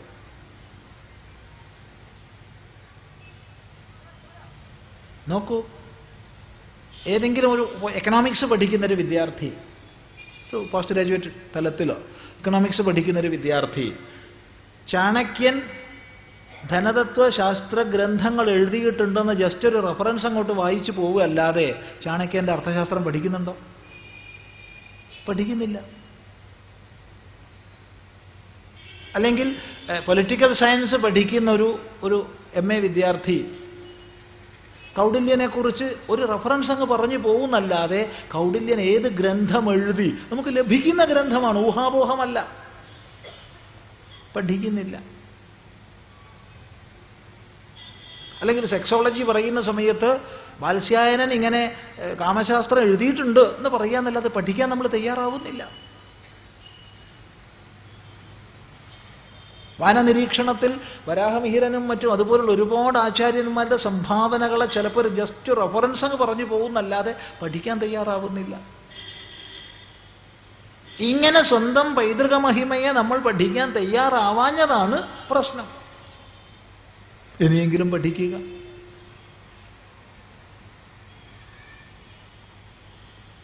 പ്രത്യേകിച്ചും ഇന്ന് ഇതുവരെ ലഭിക്കാതിരുന്ന അതായത് സാർവത്രികമായി മാർക്കറ്റിൽ ലഭിക്കാതിരുന്ന ഗ്രന്ഥങ്ങൾ പോലും ഇന്റർനെറ്റ് മാധ്യമത്തിന്റെ സഹായത്തോടു കൂടി നമുക്ക് ലഭിക്കുന്നുണ്ട്. ഈ സാധ്യതകൾ ഉപയോഗിക്കുക, എന്നിട്ട് പഠിക്കുക. എത്ര മഹത്വപൂർണമായിരുന്നു ആ ആർഷശാസ്ത്രങ്ങളെന്ന് സ്വയം അറിയുക. അതാണ് വേണ്ടത്. ഇത്രയും മഹത്തായ ശാസ്ത്രജ്ഞാന പാരമ്പര്യം ഉണ്ടായിട്ടും ഇന്ത്യ ഇന്നും അവികസിതമായി തുടരുന്നത് എന്തുകൊണ്ട്? അവികസിതമോ ഇന്ത്യയോ? ലോകത്തിലുള്ള ഏറ്റവും നല്ല ശാസ്ത്രജ്ഞന്മാരെ എടുത്താൽ ഏറ്റവും നല്ല സോഫ്റ്റ്വെയർ എഞ്ചിനീയർമാരെ എടുത്തു കഴിഞ്ഞാൽ, ഏറ്റവും നല്ല ഡോക്ടർമാരെ എടുത്തു കഴിഞ്ഞാൽ, ഏറ്റവും വലിയ സമ്പന്നന്മാരെ എടുത്തു കഴിഞ്ഞാൽ, ഏത് മേഖലയിലാണ് നമ്മൾ പിന്നിൽ? ഇന്ന് പോയി നോക്കൂ, ലോകത്തിലെ കണക്ക് നോക്കൂ. അമേരിക്കയിലും യൂറോപ്പിലൊക്കെ ഉള്ള വലിയ വലിയ ബിസിനസ്സുകാർ, വലിയ ശാസ്ത്രജ്ഞന്മാർ, മാനേജ്മെന്റ് എക്സ്പേർട്സ്, ഏത് മേഖലയിലാണ് നമ്മൾ ദരിദ്രർ? ആര് പറഞ്ഞു ദരിദ്രരെന്ന്? പിന്നെ നൂറ്റാണ്ടുകൾ നീണ്ടുനിന്ന അടിമത്തത്തിന്റെ ആഴക്കയത്തിൽ നിന്ന് ഉയർന്നു വരാൻ തുടങ്ങിയിട്ട് കുറച്ചു കാലമായിട്ടേ ഉള്ളൂ. അതുതന്നെ കൈയിട്ട് വാരിയ രാഷ്ട്രീയക്കാരുടെ കൈപ്പിടിയിൽ അമർന്നുപോയി ഇതിനേക്കാൾ നല്ലത് അടിമത്തമായിരുന്നു എന്ന് തോന്നിപ്പിക്കുന്ന ഭരണക്രമത്തിലൂടെയാണ് നമ്മൾ കടന്നു വന്നത്.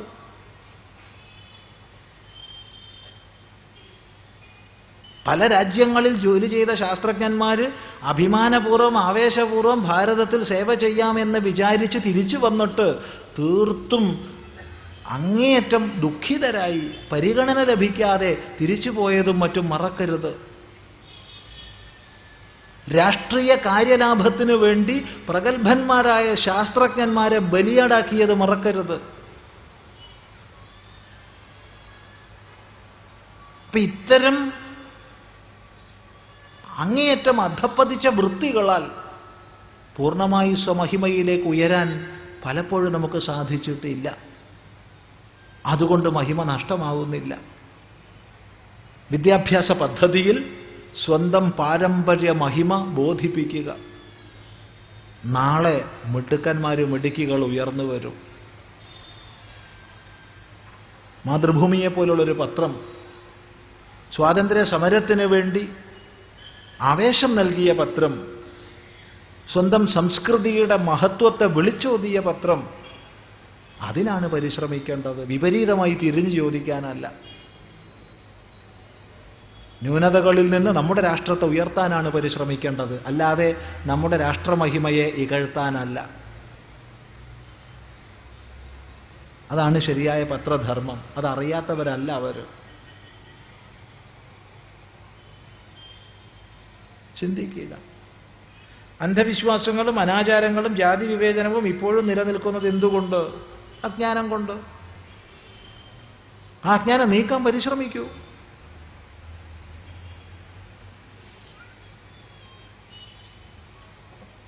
ആ പരിശ്രമമാണ് നമ്മൾ ഒത്തൊരുമിച്ച് ചെയ്യേണ്ടത്.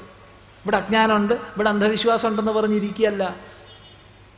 ഈ അബദ്ധവിശ്വാസങ്ങളാണ് ഉദ്ദേശിക്കുന്നതെങ്കിൽ ഏത് രാജ്യത്താണ് ഇല്ലാത്തത്? ഏത് രാജ്യത്ത് അബദ്ധവിശ്വാസങ്ങൾ ഇല്ലാത്തത്? ഇവിടെ എന്താണ് അബദ്ധവിശ്വാസം എന്നൊരു ചോദ്യം വരുന്നുണ്ട്.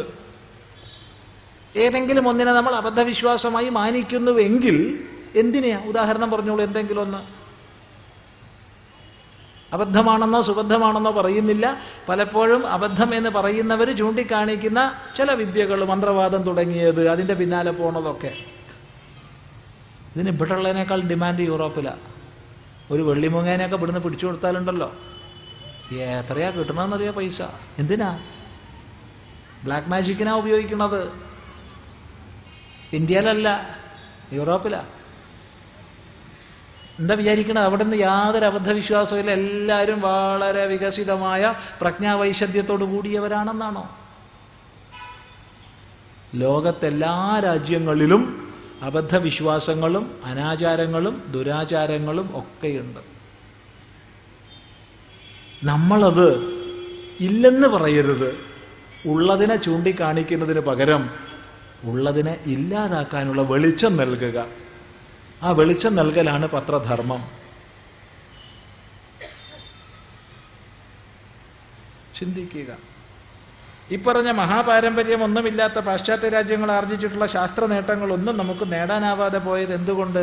ശാസ്ത്ര നേട്ടം പാശ്ചാത്യ രാജ്യത്തിൻ്റെയോ പൗരസ്ത്യ രാജ്യത്തിൻ്റെയോ കുത്തകയല്ല. ശാസ്ത്രജ്ഞന്മാർക്കിടയ്ക്ക് അങ്ങനത്തെ സങ്കുചിതത്വം ഇല്ല.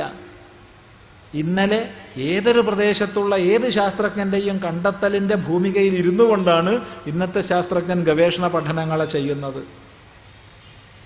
ഇന്നത്തെ ശാസ്ത്രജ്ഞന്റെ കണ്ടെത്തലിൽ ഇരുന്നു കൊണ്ടാണ് നാളത്തെ ശാസ്ത്രജ്ഞൻ ഗവേഷണ പഠനങ്ങളെ ചെയ്യുന്നത്. അത് ഓറിയന്റ് ആണോ ഓക്സിഡന്റ് ആണോ നോക്കിയിട്ടല്ല, ഈസ്റ്റേൺ ആണോ വെസ്റ്റേൺ ആണോ നോക്കിയിട്ടല്ല. അറിവ് അറിവാണ്. ഇതൊക്കെ സങ്കുചിത വീക്ഷണം പറയുന്നതാണ്.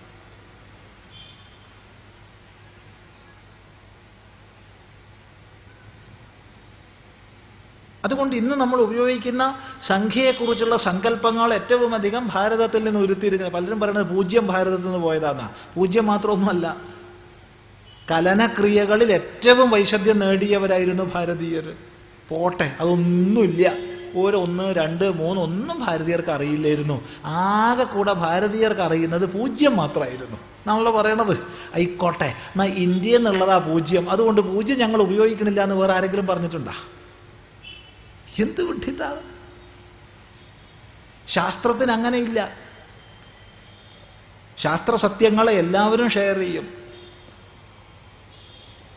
അതെല്ലാ പ്രദേശങ്ങളിൽ നിന്നും ഉണ്ടായിട്ടുണ്ട്.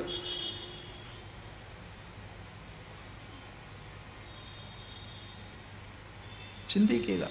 അതിൽ പ്രാചീന ശാസ്ത്ര രേഖകൾ നമുക്ക് കാണാൻ കഴിയുക ഭാരതീയ ഗ്രന്ഥങ്ങളിലും പിന്നീട് ഗ്രീക്ക് ഗ്രന്ഥങ്ങളിലുമാണ്.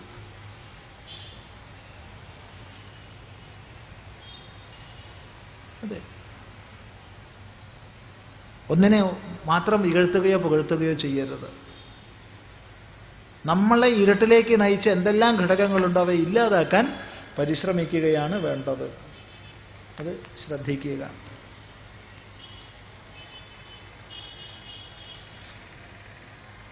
ഹിന്ദുവിനെ മതം മാറ്റിയാൽ വ്യക്തി സ്വാതന്ത്ര്യം, അന്യമതസ്ഥർ ഹിന്ദു ആയാൽ നിർബന്ധിത മതപരിവർത്തനം, നിർബന്ധിത മതം മാറ്റം നിരോധിച്ചാൽ വ്യക്തി സ്വാതന്ത്ര്യത്തിലേക്കുള്ള കടന്നുകയറ്റം.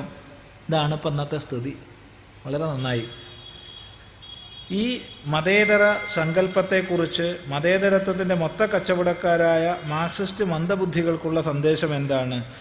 മാർക്സിസ്റ്റ് മന്ദബുദ്ധി എന്നൊന്നും പറയുന്ന പ്രയോഗത്തോട് നമുക്ക് യോജിപ്പില്ല.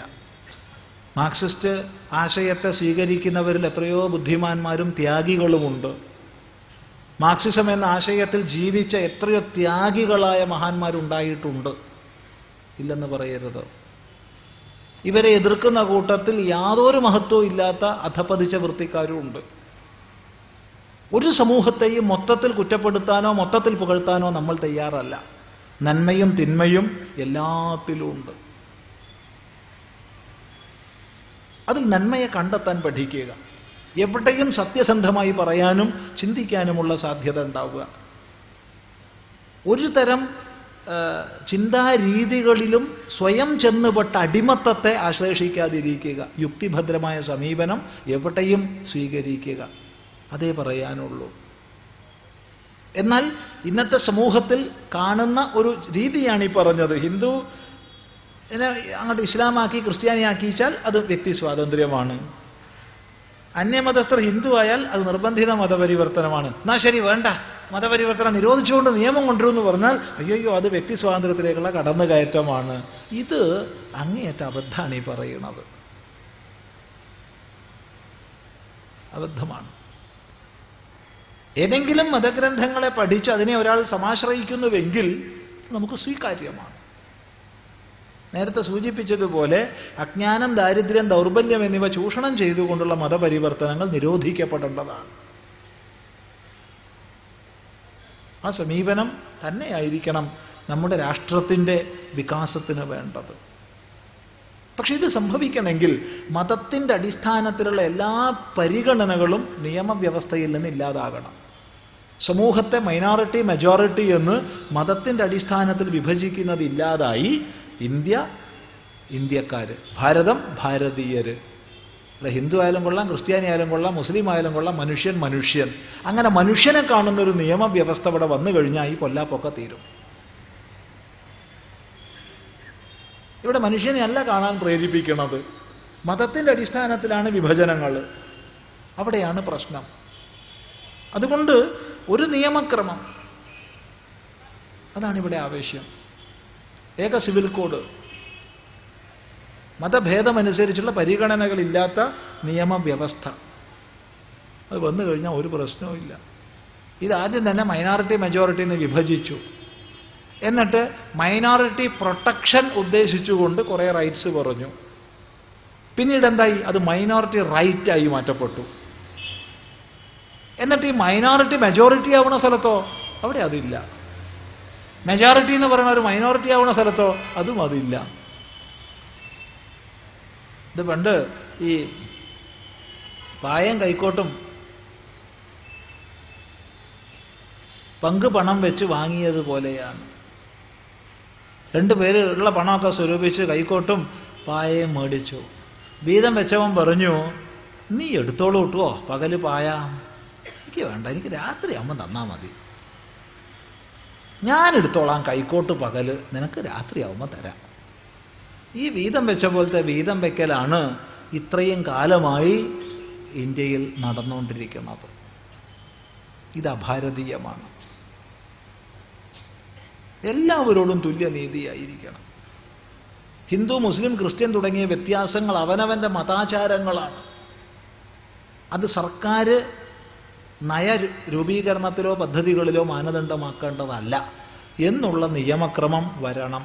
ഇന്നത്തെ ഭരണഘടനയിൽ അടിസ്ഥാനപരമായ പരിവർത്തനം വന്ന് ഒരു ഭാരതം, ഒരു ഭാരതീയൻ എന്നുള്ള വ്യവസ്ഥ വരണം. അത് വരണമെങ്കിൽ അതിന് ചങ്കൂറ്റമുള്ള സർക്കാരും അതിനാവശ്യമുള്ള ഭൂരിപക്ഷവും ഉണ്ടായിരിക്കണം. ലോകസഭയിലും രാജ്യസഭയിലും ഒരുപോലെ അതിനുള്ള ഭൂരിപക്ഷം ഉണ്ടാവണം. അങ്ങനെ ഒരു മനുഷ്യൻ എന്ന രീതിയിൽ ഭാരതം മാറ്റപ്പെട്ടാൽ മാത്രമേ ഈ മതഭീകരതയാൽ ഇതിന് നാശം വരാതിരിക്കൂ. അല്ലെങ്കിൽ ഭാരതം നശിക്കും. നമ്മുടെ മുമ്പിൽ അനേകം രാഷ്ട്രങ്ങളുടെ ചരിത്രങ്ങൾ പാഠമായിട്ടുണ്ട്. ഇത് ഗൗരവത്തോടുകൂടി ചിന്തിക്കേണ്ടുന്ന വിഷയമാണ്.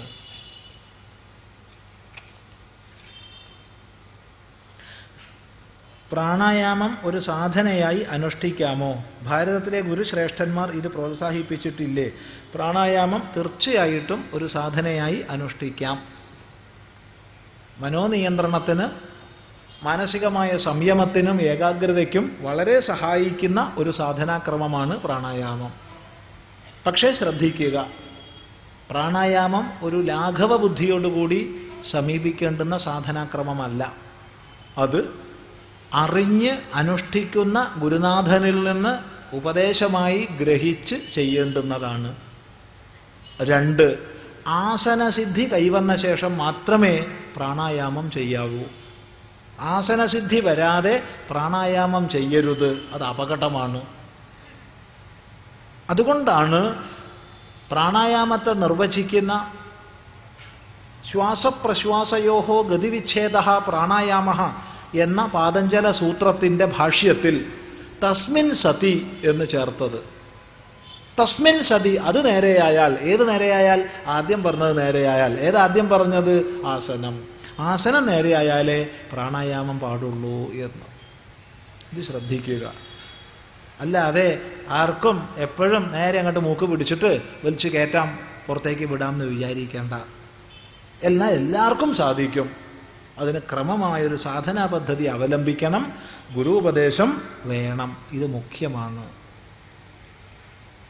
ശരി, സന്തോഷം. ഇന്ന് ഉപസംഹരിക്കുന്നു. ഓം